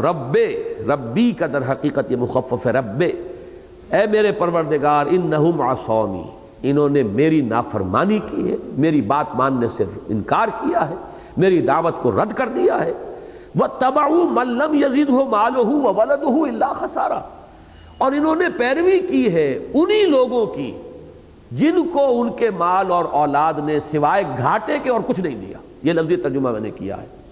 انہوں نے پیروی کی وَاتَّبَعُوا مَن، ان کی، مَن لَّمْ يَزِدْهُ، جس کو کہ نہیں اضافہ کیا ہے، مالہ، اس کے مال نے، وولدہ، اور اس کی اولاد نے، الا خسارہ، مگر گھاٹا اور خسارہ۔ یعنی تو نے انہیں اولادوں سے نوازا، تو نے انہیں دولتیں دی، یہ جو سرداران قوم ہیں، لیکن ان کی اولاد اور مال کی وجہ سے سرکشی بڑھتی چلی گئی۔ بجائے اس کے کہ شکر کرتے تو یہی مال و اولاد ان کے لیے خیر کا ذریعہ بن جاتی، لیکن انہوں نے چونکہ کفران نعمت کیا، گھمنڈ کیا، تکبر کیا، تو تیری دی ہوئی یہ نعمتیں ان کے حق میں گویا کہ خسارے کا ذریعہ بن گئی، خسارے کا سبب بن گئی۔ ان میں تمرد، شیطنت، استکبار، غرور پیدا ہوا، جس کی وجہ سے وہ میری دعوت کو ٹھکرا رہے ہیں، میری پکار پر لبیک نہیں کہہ رہے۔ تو پروردگار، انہوں نے میرا کہنا نہیں مانا، اپنے انہی سرداروں کا مانا۔ اصل میں اس لفظ کو یوں سمجھیے کہ بجائے اس کے کہ یہ کہا جائے کہ انہوں نے اپنے امراء اور سرداروں ہی کا کہنا مانا، ان امراء اور سرداروں کی شخصیت کا تجزیہ کر کے بیان کر دیا کہ جن کو ان کے مال اور ان کی اولاد نے گھمنڈ میں مبتلا کر دیا ہے، ان کی پیروی کی ہے۔ قال نوح رب انہم عصونی واتبعوا من لم یزدہ مالہ وولدہ الا خسارا، پروردگار انہوں نے میری بات ماننے سے انکار کیا ہے، رد کر دی ہے میری دعوت، اور اتباع کیا ہے اپنے انہی سرداروں کا، چودھریوں کا، کہ جن کے اندر ان کے مال اور اولاد کی وجہ سے غرور اور تکبر بڑھتا چلا گیا ہے۔ وَمَكَرُوا مَكْرًا كُبَّارًا، کبار یہ کبیر سے مبالغے کا صیغہ ہے، انہوں نے بڑی چال چلی ہے۔ یعنی یہ جو آج کل آپ کے ہاں الفاظ استعمال ہو رہے ہیں، ڈس انفارمیشن، تو یہ جو پروپیگنڈے ہوتے ہیں دنیا میں، یہ ہمیشہ سے رہے ہیں۔ اس طریقے سے عوام کو جو ہے کسی بات کی طرف متوجہ نہیں ہونے دینا چاہتے آپ، تو وہ تمام ذرائع ابلاغ جو ہے اس وقت کسی کی کریکٹر اسیسینیشن کے اوپر جو ہے وہ مرتکز ہو جائیں گے کہ اس کی شخصیت کو اس طرح مجروح کر دیا جائے کہ لوگ اس کی بات ہی نہ سنیں، یا کوئی آلٹرنیٹ دلچسپیاں پیدا کر دی جائیں گی، جیسے کہ سورہ لقمان کے شروع میں ہے کہ انہوں نے ایسے مشغلے ایجاد کر لیے ہیں کہ یہ انہی کے اندر گم ہو کر رہ گئے، دلچسپیاں انہی میں ہو گئی۔ اب کوئی سنجیدہ بات سننے کے لیے ان کے پاس وقت ہی نہیں ہے، کسی بات پر غور کرنے کے لیے انہیں کہیں فرصت ہی نہیں ملتی، بلکہ اس قسم کے مشغلوں کے اندر انہیں الجھا دیا گیا ہے۔ جیسے کہ خود مکے کے بھی ایک سردار نے یہ کیا تھا کہ وہ جا کر لایا، کچھ مغنیات لے کر آیا اپنے ساتھ، گانے والیاں، کہ ان کی محفلیں ہوں اور لوگ ان کے اندر جو ہے مگن رہیں اور محمد کی دعوت صلی اللہ علیہ وسلم کی طرف ان کو توجہ نہ ہو۔ یہ وہ سورہ لقمان کی ابتدائی آیات میں جو اس کا ذکر ہے، اس کے اندر تفسیری روایات میں یہ واقعہ درج ہے۔ تو انہوں نے بڑا مکر کیا ہے، بڑی چال چلی ہے، ہر تدبیر اختیار کر لی ہے اپنی قوم کی مت مارنے کے لیے اور ان کو اس راستے سے روکنے کے لیے۔ اور اس میں ان کی سب سے بڑی چال کیا ہے، اب ذرا نوٹ کیجئے، وہ جو عصبیت ہوتی ہے، نسل بعد نسل کچھ معبود ہیں مانے جا رہے ہیں، کچھ کو پکارا جا رہا ہے، کچھ کے نام کی نیاز چلی آ رہی ہے، دی جا رہی ہے، نسل بعد نسل، ان کے ساتھ ایک ایسی عصبیت کا رشتہ قائم ہو جاتا ہے کہ پھر اب ان کی دہائی دی جاتی ہے، دیکھو یہ تمہارے ان دیوتاؤں کے جو ہے یہ منکر ہیں، یہ فلاں تمہارے بزرگوں کا جو ہے وہ ان کا انکار کرنے والے ہیں، یہ ان کے قائل نہیں ہیں، یہ ان کی نفی کرنے والے ہیں، ان کی بات نہ سننا۔ وہ بات ہے جو یہاں آ رہی ہے، وَمَكَرُوا مَكْرًا كُبَّارًا، انہوں نے بڑی چال چلی، بہت بڑی مؤثر تدبیر اختیار کی، اور وہ کیا ہے، وَقَالُوا لَا تَذَرُنَّ آلِهَتَكُمْ، دیکھنا ہرگز نہ کہیں چھوڑ بیٹھنا اپنے معبودوں کو، وَلَا تَذَرُنَّ وَدًّا وَلَا سُوَاعًا وَلَا يَغُوثَ وَيَعُوقَ وَنَسْرًا، اور دیکھنا ہرگز کہیں اس نوح کی باتوں میں آ کر تم اپنے ان معبودوں کو اور اپنے بزرگوں کو نہ چھوڑ بیٹھنا، نہ ود کو، نہ سوا کو، نہ یغوث کو، نہ یعوق کو، نہ نسر کو۔ یہ 5 ان کے بڑے بڑے بت تھے، بڑے بڑے دیوتا تھے، اور تقریباً اس پر اجماع ہے تمام مفسرین کا کہ یہ اولیاء اللہ تھے قوم نوح کے، بہت اونچی شخصیتیں، اللہ والے لوگ، بزرگان دین جنہیں کہا جاتا ہے۔ لیکن ان کے انتقال کے بعد اب ان کے لیے استھان بنے، پہلے قبریں پوجی، اور قبروں کے بعد ایک قدم آگے کہ ذرا ان کی مورتیاں بھی بنا کر رکھ دی جائیں، تاکہ وہ ارتکاز توجہ جو ہے ان کے ساتھ جب ہمیں لو لگانی ہے تو ارتکاز توجہ میں ہمیں مدد مل جائے۔ اور یہاں آپ دیکھیں گے میں نے اپنی آنکھوں سے بہت ہی، ویسے میں ان کی نیکی سے ان کی دینداری سے بہت متاثر تھا. ایک صاحب ہمارے درس میں بہت شروع میں جب یہاں پہ ہم نے اکیڈمی کا آغاز کیا آیا کرتے تھے، لیکن ایک مرتبہ ان کے گھر گیا تو باقاعدہ دیوار پر تصویریں لگی ہوئی، معین الدین چشتی رحمۃ اللہ علیہ اور ان کے جو خلیفہ تھے جو دہلی میں مدفون ہیں، اور تیسرے یہ بابا فرید الدین گنج شکر، ان تینوں کی تصویریں لگی ہوئی ہیں، ان پر ہار ڈلے ہوئے ہیں، جیسے ہندوؤں کے ہاں ٹھاکر بیٹھے ہوئے ہوتے ہیں، ان کے بت جو ہے وہ رکھے ہوتے ہیں کسی طاق کے اندر سجائے ہوئے، اور جا کے ان کو ڈنڈوت کرتے ہیں.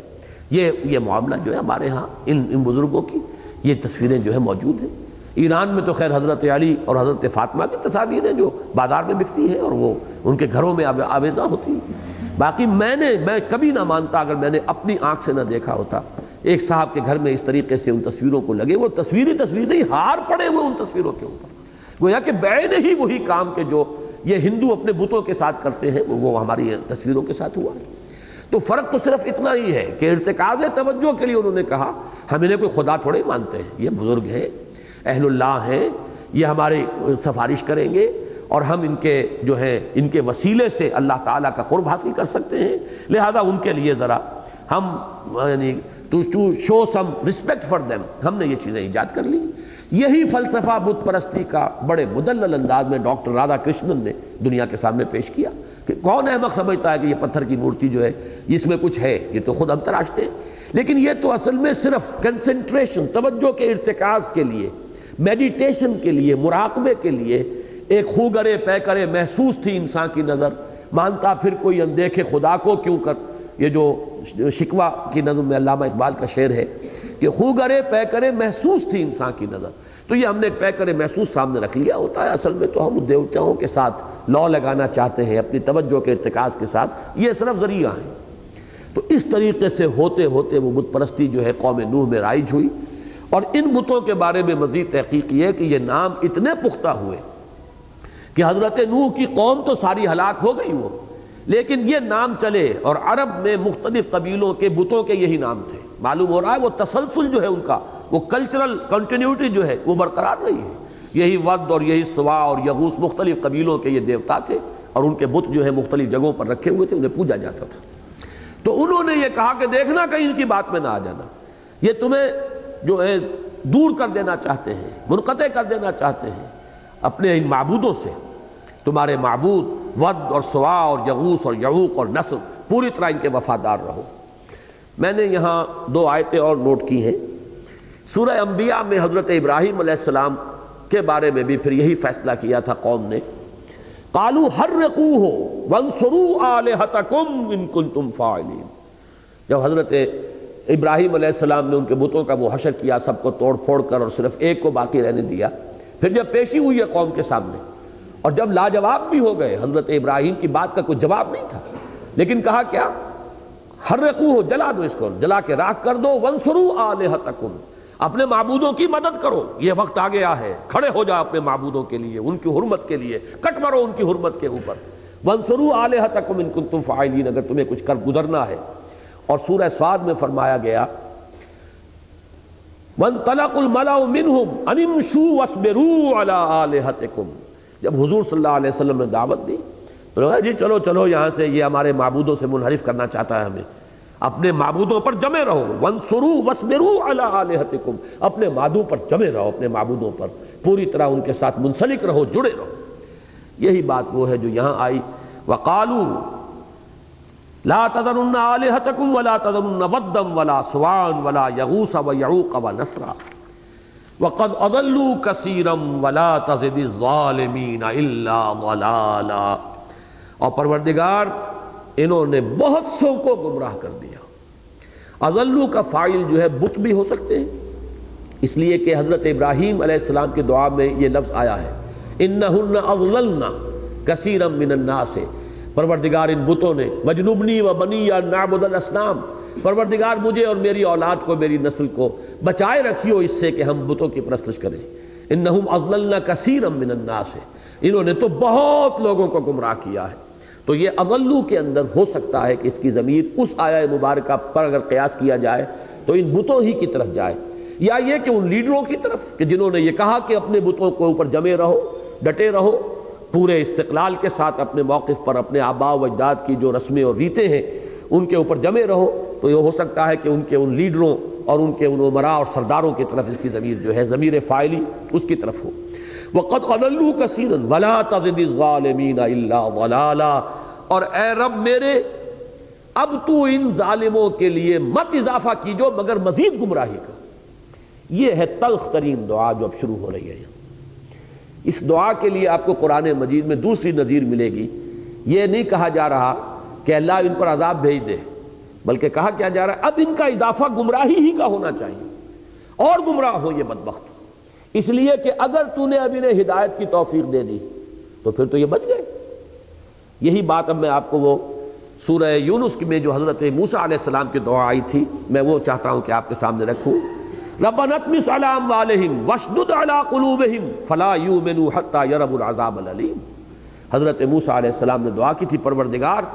اب ان کے مالوں کو تو ملیا میٹ کر دے، ان کے اموال ان کی جائیدادیں مٹا دے ان کو، اور واشدد علی قلوبہم ان کے دلوں پر گرہ لگا دے کہ یہ ایمان نہ لائیں جب تک کہ وہ عذاب کو اپنی آنکھوں سے نہ دیکھ لیں۔ یعنی یہ اس درجے ہم پر انہوں نے ظلم کیا ہے، زیادتیاں کی ہیں، اتنے مظالم ڈھائے ہیں، اور میری دعوت کو اس طرح رد کیا ہے، اس حد درجے تک انکار اور اعراض جو ہے اس تک پہنچ گئے ہیں کہ اب اگر ان کے لیے ہدایت کا دروازہ کھل گیا تو اس کا مطلب یہ ہے کہ جن پر انہوں نے ظلم ڈھائے ہیں وہ تو گویا کہ اب انہیں کوئی بدلہ نہیں مل سکے گا، ان کے تو سارے گناہ معاف ہو جائیں گے۔ لہذا پروردگار اب ان کے لیے ہدایت کا دروازہ بند کر دے، واشدد علی قلوبہم ان کے دلوں کے اوپر ایسی سختی پیدا کر دے، ایسی مہر لگا دے، لا یؤمنوا فلا یؤمنوا حتی یروا العذاب العلیم، کہ اب یہ ایمان نہ لائیں جب تک کہ دردناک عذاب کو دیکھ نہ لیں، اس لیے کہ دیکھنے کے بعد ایمان لانا بیکار ہے، اس سے کوئی نتیجہ نہیں نکلتا۔ چنانچہ فرعون کا معاملہ یہی ہوا، جب غرق ہو رہا تھا اس نے کہا کہ میں ایمان لایا موسیٰ اور ہارون کے رب پر، لیکن آلان کیا اب ایمان لا رہے ہو؟ اب ایمان لانا جو ہے وہ تو قطعاً مفید نہیں، وہ تمہارے اب اس عذاب کے اندر اس سے کوئی کمی نہیں آئے گی۔ وہی دعا ہے وَلَا تَزِدِ الظَّالِمِينَ إِلَّا ضَلَالًا، اے رب اب ان کی سرکشی، ان کا استکبار، ان کے یہ پروپیگنڈے، ان کا یہ استہزاء اور تمسخر جو میرا یہ کرتے رہے ہیں، جو ہم پر انہوں نے تشدد کیا، اس درجے کو پہنچ چکا ہے کہ اب ان پر ہدایت کا دروازہ نہیں کھلنا چاہیے، اب تو ان کی گمراہی ہی میں اضافہ ہونا چاہیے تاکہ یہ سخت سے سختر عذاب کے مستحق ہو جائیں۔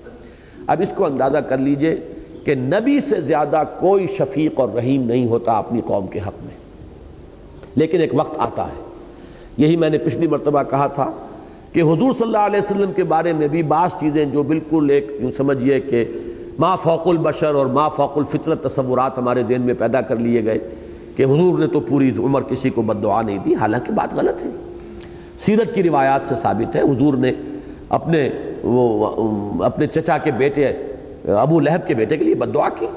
اس لیے کہ اس نے کھڑے ہو کر حضور کے سامنے جو ہے ایک تو یہ کہ رشتے چھوڑے، آپ کی دونوں صاحبزادیوں کا رشتہ ابو لہب کی دو بیٹیوں کے ساتھ تھا، انہوں نے آ کے حضور کو سامنے کھڑے ہو کر بدتمیزی بھی کی، گستاخی کی، اور علی الاعلان، اور یہ سمجھیے اس معاشرے کے اندر یہ رشتے کا چھوٹ جانا کس قدر توہین آمیز معاملہ ہے۔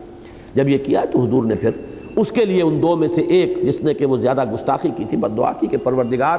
اپنے کتوں میں سے کسی کتے کو اس پر تو مسلط کر دے۔ چنانچہ وہ قافلے کے ساتھ گیا ہوا تھا شام کی طرف تجارت میں، راستے میں کہیں ٹھہرا ہے اور ایک شیر نے اسے پھاڑ کھایا۔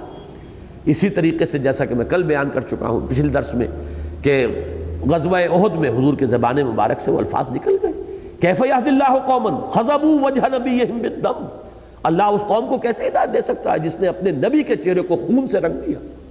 اگرچہ وہاں فوراً اللہ تعالیٰ کی طرف سے بات آ گئی کہ اے نبی آپ کے ہاتھ میں فیصلہ نہیں ہے، فیصلہ ہمارے ہاتھ میں ہے، ہم جس کو چاہیں گے عذاب دیں گے، جس کو چاہیں گے توبہ کی توفیق عطا کر دیں گے۔ تو یوں سمجھ لیجئے کہ یہ کیفیت ہو جاتی ہے، حالانکہ رسول سب سے زیادہ شفیق اور رحیم ہوتا ہے اپنی قوم کے حق میں۔ اسی کی مثال حضرت موسیٰ علیہ السلام کی ہے، اس درجے حمیت تھی اپنی قوم کی، اتنی ہمدردی، اتنی محبت کہ ایک قبطی اور اسرائیلی کا جھگڑا ہو رہا تھا، اس اسرائیلی نے استغاثہ کیا ہے، مدد مانگی ہے، دہائی دی ہے، تو حضرت موسیٰ نے ایک مکہ رسید کیا اور قبطی کی جان نکل گئی۔ اس قدر اس قوم کی اپنی قوم کی محبت، حمایت، حمیت۔ لیکن اسی قوم کا معاملہ جب یہ سامنے آیا کہ اللہ کی ساری نشانیاں اور تمام معجزات دیکھنے کے باوجود جب کہا گیا کہ اللہ کی راہ میں نکلو جنگ کے لیے، اور انہوں نے بزدلی کا مظاہرہ کیا، اذهب انت وربك فقاتلا انا هاهنا قاعدون، جاؤ موسیٰ تم اور تمہارا رب، تم جنگ کرو، ہم تو یہی بیٹھے، ہم جنگ نہیں کر سکتے۔ تو پھر جو دعا حضرت موسیٰ نے کی ہے کہ پروردگار رب انی لا املک الا نفسی واخی فافرق بیننا وبین القوم الفاسقین، اے اللہ اب ہمارے اور ان فاسقوں کے درمیان تو تفریق کر دے، اب میں ان کے ساتھ رہنا نہیں چاہتا۔ اس درجے بیزاری نبی کے اندر پیدا ہوئی ہے، اسی قوم کے لیے، اسی امت کے لیے جس کے لیے کتنی مشقتیں اٹھائی ہیں حضرت موسیٰ نے، اس کو وہاں سے بچا کر نکال کر لانے کے لیے کتنے محنتیں کی ہیں، کتنی تکلیفیں برداشت کی ہیں، لیکن یہ کہ وہی قوم جب اپنی ناہنجاری کا مظاہرہ کرتی ہے تو نبی کے اندر اس قوم سے شدید بیزاری کی کیفیت پیدا ہوگی۔ تو یہی نقشہ اس کا ہے، وَلَا تَزِدِ الظَّالِمِينَ إِلَّا ضَلَالًا، اب نہ اضافہ کیجو ان ظالموں کے لیے مگر گمراہی کا، اور گمراہ ہو اور بھٹک جائیں اور دور نکل جائیں، تاکہ اور شدید سے شدید تر سزا کے مستحق بن جائیں۔ مما خطیئاتہم اغرقوا، یہ اس دعا کی یوں سمجھیے کہ اللہ تعالیٰ کے ہاں جو مقبولیت کی کیفیت تھی اس کے ظہور کے لیے، حالانکہ حضرت نوح کی دعا ابھی آگے چل رہی ہے، درمیان میں اللہ تعالیٰ نے فوری طور پر اس کا جو نتیجہ ہے اس کو بیان کیا، مما خطیئاتہم اغرقوا، اپنی ان خطاؤں اور اپنی اس معصیت کی وجہ سے ان کی بنا پر وہ غرق بھی کر دیے گئے، وَأُدْخِلُوا نَارًا، اور داخل کر دیے گئے آگ میں، فَلَمْ يَجِدُوا لَهُم مِّن دُونِ اللَّهِ أَنصَارًا، تو نہیں پایا انہوں نے اپنے لیے اللہ کے سوا کوئی بھی مددگار۔ کہاں گئے وہ ود اور سوا اور یغوث اور یعوق اور نصر، کوئی نہیں تھا جو ان کو بچانے والا ہو۔ یہاں ایک تفسیری اشکال ہے کہ جہاں تک جہنم میں داخلے کا تعلق ہے وہ تو ہمیں معلوم ہے کہ وہ تو ہوگا قیامت کے بعد، حساب کتاب کے بعد، اس سے پہلے عذاب قبر سے ہم واقف ہیں، عذاب قبر۔ تو یہاں پر اکثر مفسرین نے تو اس کو عذاب قبر ہی مراد لیا ہے، کیونکہ الفاظ میں جو حدیث میں آتے ہیں وہ یہ ہے کہ ہر قبر جو ہے وہ یا تو جنت کے باغیچوں میں سے کوئی باغیچہ ہے یا دوزخ کے گڑھوں میں سے کوئی گڑھا ہے۔ یہ کیفیت جو ہے یہ گویا کہ اس موت کے فوراً بعد عالم برزخ میں انسان پر طاری ہو جاتی ہے۔ یہ ہے اس کی تعبیر کہ گویا کہ ایک آگ تو وہ ہے جس میں وہ داخل ہو چکے، اس میں چونکہ تنکیر ہے نارن تو گویا کہ اس کو علیحدہ کیا گیا، نکرہ، النار نہیں ہے، النار تو ہو تو وہ جو نار جہنم ہے وہ معین ہو جائے گی، لیکن یہ کہ اس وقت بھی غرق ہونے کے فوراً بعد، غرق ہونا تو ان کا وہ عذاب استیصال ہے جو دنیا میں آیا، لیکن اصل میں غرق ہونا جو ہے وہ ایک شخص کے لیے شخصی طور پر کوئی بہت زیادہ تکلیف دہ شے نہیں ہے۔ جب آدمی ڈوبتا ہے چند لمحے اس کے ہوں گے جو اس کے ہوش میں ہوں گے، جو تکلیف اسے ہوگی، اس کے بعد بے ہوش ہوا اور ختم ہوا۔ اصل میں تو عذاب جو ہے وہ اب اس عالم برزخ میں ان پر شروع ہوا ہے، اور وہ گویا کہ ان کے اخروی عذاب کا یہ پیش خیمہ ہے، یہ اس کی ایک ریفلیکشن ہے۔ جیسے آپ کہتے ہیں coming events cast their shadows before, آنے والے واقعات جو ہے پہلے سے ان کے سائے پڑنے شروع ہو جاتے ہیں، تو یہ ان کے عذاب جہنم کا سایہ ہے جو اس عالم برزخ میں ان پر پڑ رہا ہے۔ بعض حضرات جو ہیں وہ چونکہ کچھ لوگ ایسے ہیں عقلیت پرست کہ وہ عذاب قبر کے قائل نہیں ہوتے، تو وہ اس کی تعویل کچھ اور کرتے ہیں کہ در حقیقت یہ اتنا یقینی ہے کہ ماضی کا صیغہ استعمال کیا گیا، ورنہ یہ ابھی ہونے والی بات ہے، ہوگی مستقبل میں۔ یہ اسلوب ہے قرآن مجید کا کہ قیامت کے حالات، آخرت کے، جنت کے، دوزخ کے واقعات کو بیان کرتے ہوئے اکثر ماضی کا صیغہ آ جاتا ہے، اور ماضی کا صیغہ جو عربی زبان میں کسی شے کے حتمی، قطعی، یقینی ہونے کے لیے بھی اس کے مظہر کے طور پر آتا ہے۔ تو یہ ایک تعویل یہ ہے، لیکن ہم چونکہ تسلیم کرتے ہیں احادیث صحیحہ میں خبر ہے یہ عذاب قبر کی، عالم برزخ کے اندر بھی معقول بات بھی ہے، سمجھ میں آتا ہے۔ اس کی سادہ سی مثال تو یہ ہے جو میں دیا کرتا ہوں کہ بچوں نے امتحان دیا ہوا ہے، اب ہر ایک کو پتا ہے میں نے کیا کیا ہے، رزلٹ تو ڈکلیئر ہوگا 31 مارچ کو، لیکن یہ کہ پہلے سے جان سوکھتی رہتی ہے ان کی کہ یہ کیا ہونے والا ہے، معلوم ہے جو کیا ہے۔ جن لوگوں نے اچھے پرچے کیے ہیں وہ اپنے عیش میں ہیں، وہ منتظر ہوتے ہیں، جیسے سورہ قیامہ میں آیا ہے وجوہ یومئذ ناظرۃ الی ربہا ناظرہ، چہرے تر و تازہ ہوں گے اپنے رب کی رحمت کے امیدوار، اپنے رب کی طرف دیکھتے ہوئے، اس لیے کہ انہیں پتا ہے بل الانسان علی نفسہ بصیرہ، انسان اپنے نفس پر بصیرت رکھتا ہے، اسے پتا ہے میں کیا کر کے آیا ہوں، اور امیدوار ہے اللہ تعالیٰ کی رحمت کا۔ ووجوہ یومئذ باسرۃ تظن ان یفعل بہا فاقرہ، اور بہت سے چہرے اس دن ہوں گے سوکھے ہوئے، اور ان کو یہ گمان ہوگا کہ اب ان کے ساتھ وہ سلوک ہوگا کہ جو ریڑھ کی ہڈیوں کو توڑ دینے والا۔ تو یہ تو پہلے سے موجود ہے، گویا کہ نتیجہ ڈکلیئر بعد میں ہوگا، لیکن چہروں پر لکھا ہوا نتیجہ پہلے سے نظر آ جاتا ہے۔ یہی در حقیقت قبر میں یا عالم برزخ میں اس آخری انجام کا ایک عکس ہے جو پڑتا ہے، اور اسی کو حضور نے فرمایا یا وہ جنت کے باغیچوں میں سے ایک باغیچہ ہے اور یا دوزخ کے گڑھوں میں سے ایک گڑھا ہے۔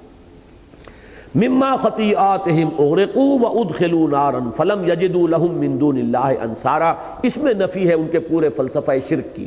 کہ انہوں نے ان معبودوں کو کیوں پوجا، کیوں یہ نظر اور نیاز کے سلسلے چلتے تھے، کیوں یہ چڑھاوے ہوتے تھے، یہ سب کچھ تو اسی لیے تھا کہ یہ اللہ کے ہاں ہمارے مددگار بنیں گے۔ تو کوئی مدد انہیں نہیں مل سکی یا کوئی مدد انہیں نہیں مل سکے گی۔ وقال نوح رب لا تذر علی الارض من الکافرین دیارا، اور کہا نوح نے میرے رب اب تو اس زمین پر کوئی گھر بستہ نہ چھوڑ، کافروں میں سے کسی کو زندہ نہ چھوڑ۔ یہ دیار جو ہے کسی دار میں رہنے والا، جو کہ ما فی الدار دیار، اس کے معنی یہ ہے کہ گھر بالکل خالی ہے، اس گھر کے اندر کوئی بسنے والا نہیں ہے، دار ہے دیار نہیں ہے، جو بھی اس گھر کو آباد کرنے والا وہ دیار ہے۔ لا تذر علی الارض من الکافرین دیارا، پروردگار اب تو زمین پر کافروں میں سے کسی ایک کو بھی بستا نہ چھوڑ۔ اس میں ذرا مسئلہ ہے جو تاریخ سے متعلق ہے۔ اکثر خیال یہ ہے کہ یہ عذاب جو آیا ہے یہ پوری دنیا میں آیا، یہ جو طوفان نوح ہے، لیکن زیادہ صحیح بات یہی معلوم ہوتی ہے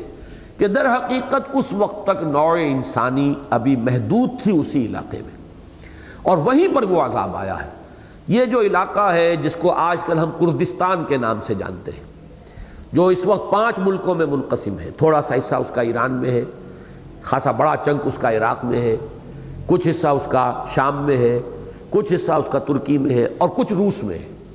یہ علاقہ ہے زیادہ تر پہاڑی علاقہ ہے، اسی میں وہ پہاڑی جودی جو ہے جس پر کہ حضرت نوح علیہ السلام کی کشتی جا کر پھر ٹکی ہے،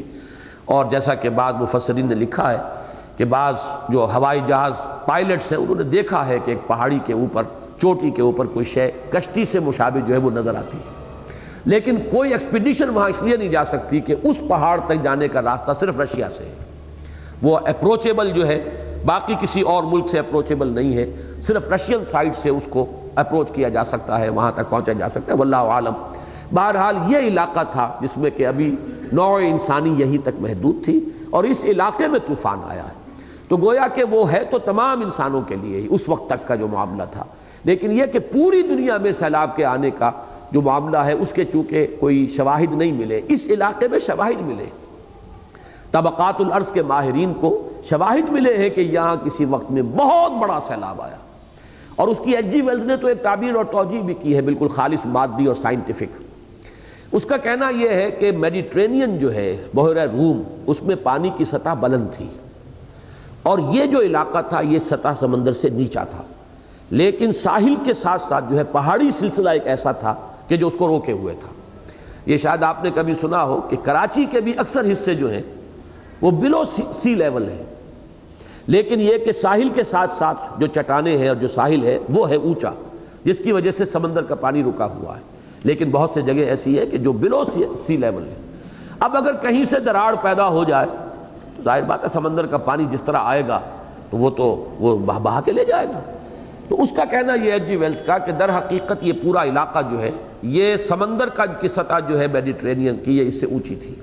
اور پھر ایک جگہ سے کہیں وفارت تنور جسے کہا گیا ہے کہ ایک تنور کے اندر سے وہ پانی ابلا ہے، تو اگر وہ بات وہ توجیہ صحیح ہو جو ایچ جی ویلز نے کی ہے تو ظاہر بات ہے وہ تو کہیں سے بھی ہو سکتا ہے، کوئی چوہوں نے راستہ بنایا ہو اور وہ چوہوں کا راستہ کسی کے تنوری میں جا کر کھل گیا ہو، اللہ عالم۔ لیکن یہ کہ یہ توجیہ ہے ایچ جی ویلز کی کہ پھر وہ سمندر کا پانی آیا ہے اور پورا اس علاقے کو جو ہے اس نے غرق کیا ہے، واللہ عالم۔ وقال، میں نے اس لیے بیان کیا ہے کہ یہاں پہ لفظ آیا علی الارض، پوری زمین پر، یا یہ ال جو ہے اس کو اگر ہم یہ سمجھے کہ معہود ذہنی ہے تو اس کا مطلب یہ ہے کہ وہ زمین جہاں قوم نوح آباد تھی، زمین کا وہ ٹکڑا، واللہ عالم۔ یہ امکانات ہیں لفظی طور پر۔ وقال نوح رب لا تذر علی الارض من الکافرین دیارا، اور کہا نوح نے کہ اے رب اب نہ چھوڑ اس زمین پر کافروں میں سے کسی ایک کو بھی بستے ہوئے، انک ان تذرہم یضلوا عبادک ولا یلدوا الا فاجرا کفارا، اگر تو نے انہیں چھوڑ دیا، اگر تو نے ان کی رسی مزید دراز کی تو یہ تیرے بندوں کو اور گمراہ کریں گے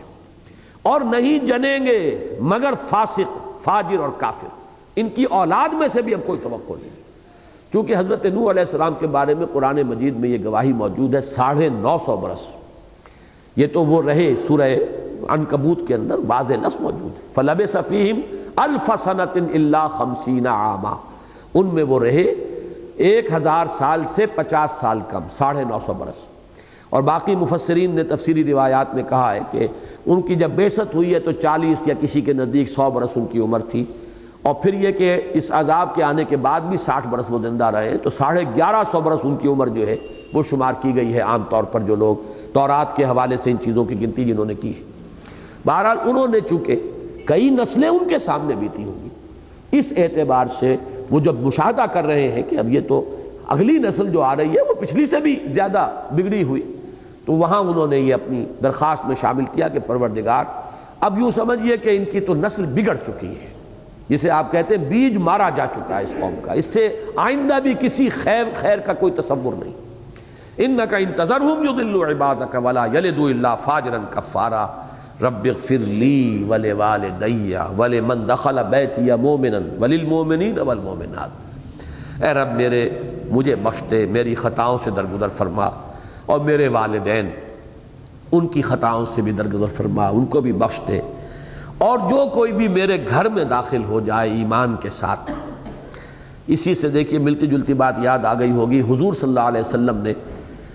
ابو سفیان کے گھر کو دارالامان قرار دے دیا تھا، جو کوئی بھی اس گھر میں داخل ہو جائے اس کی جان بخشی ہو جائے۔ تو اس طریقے سے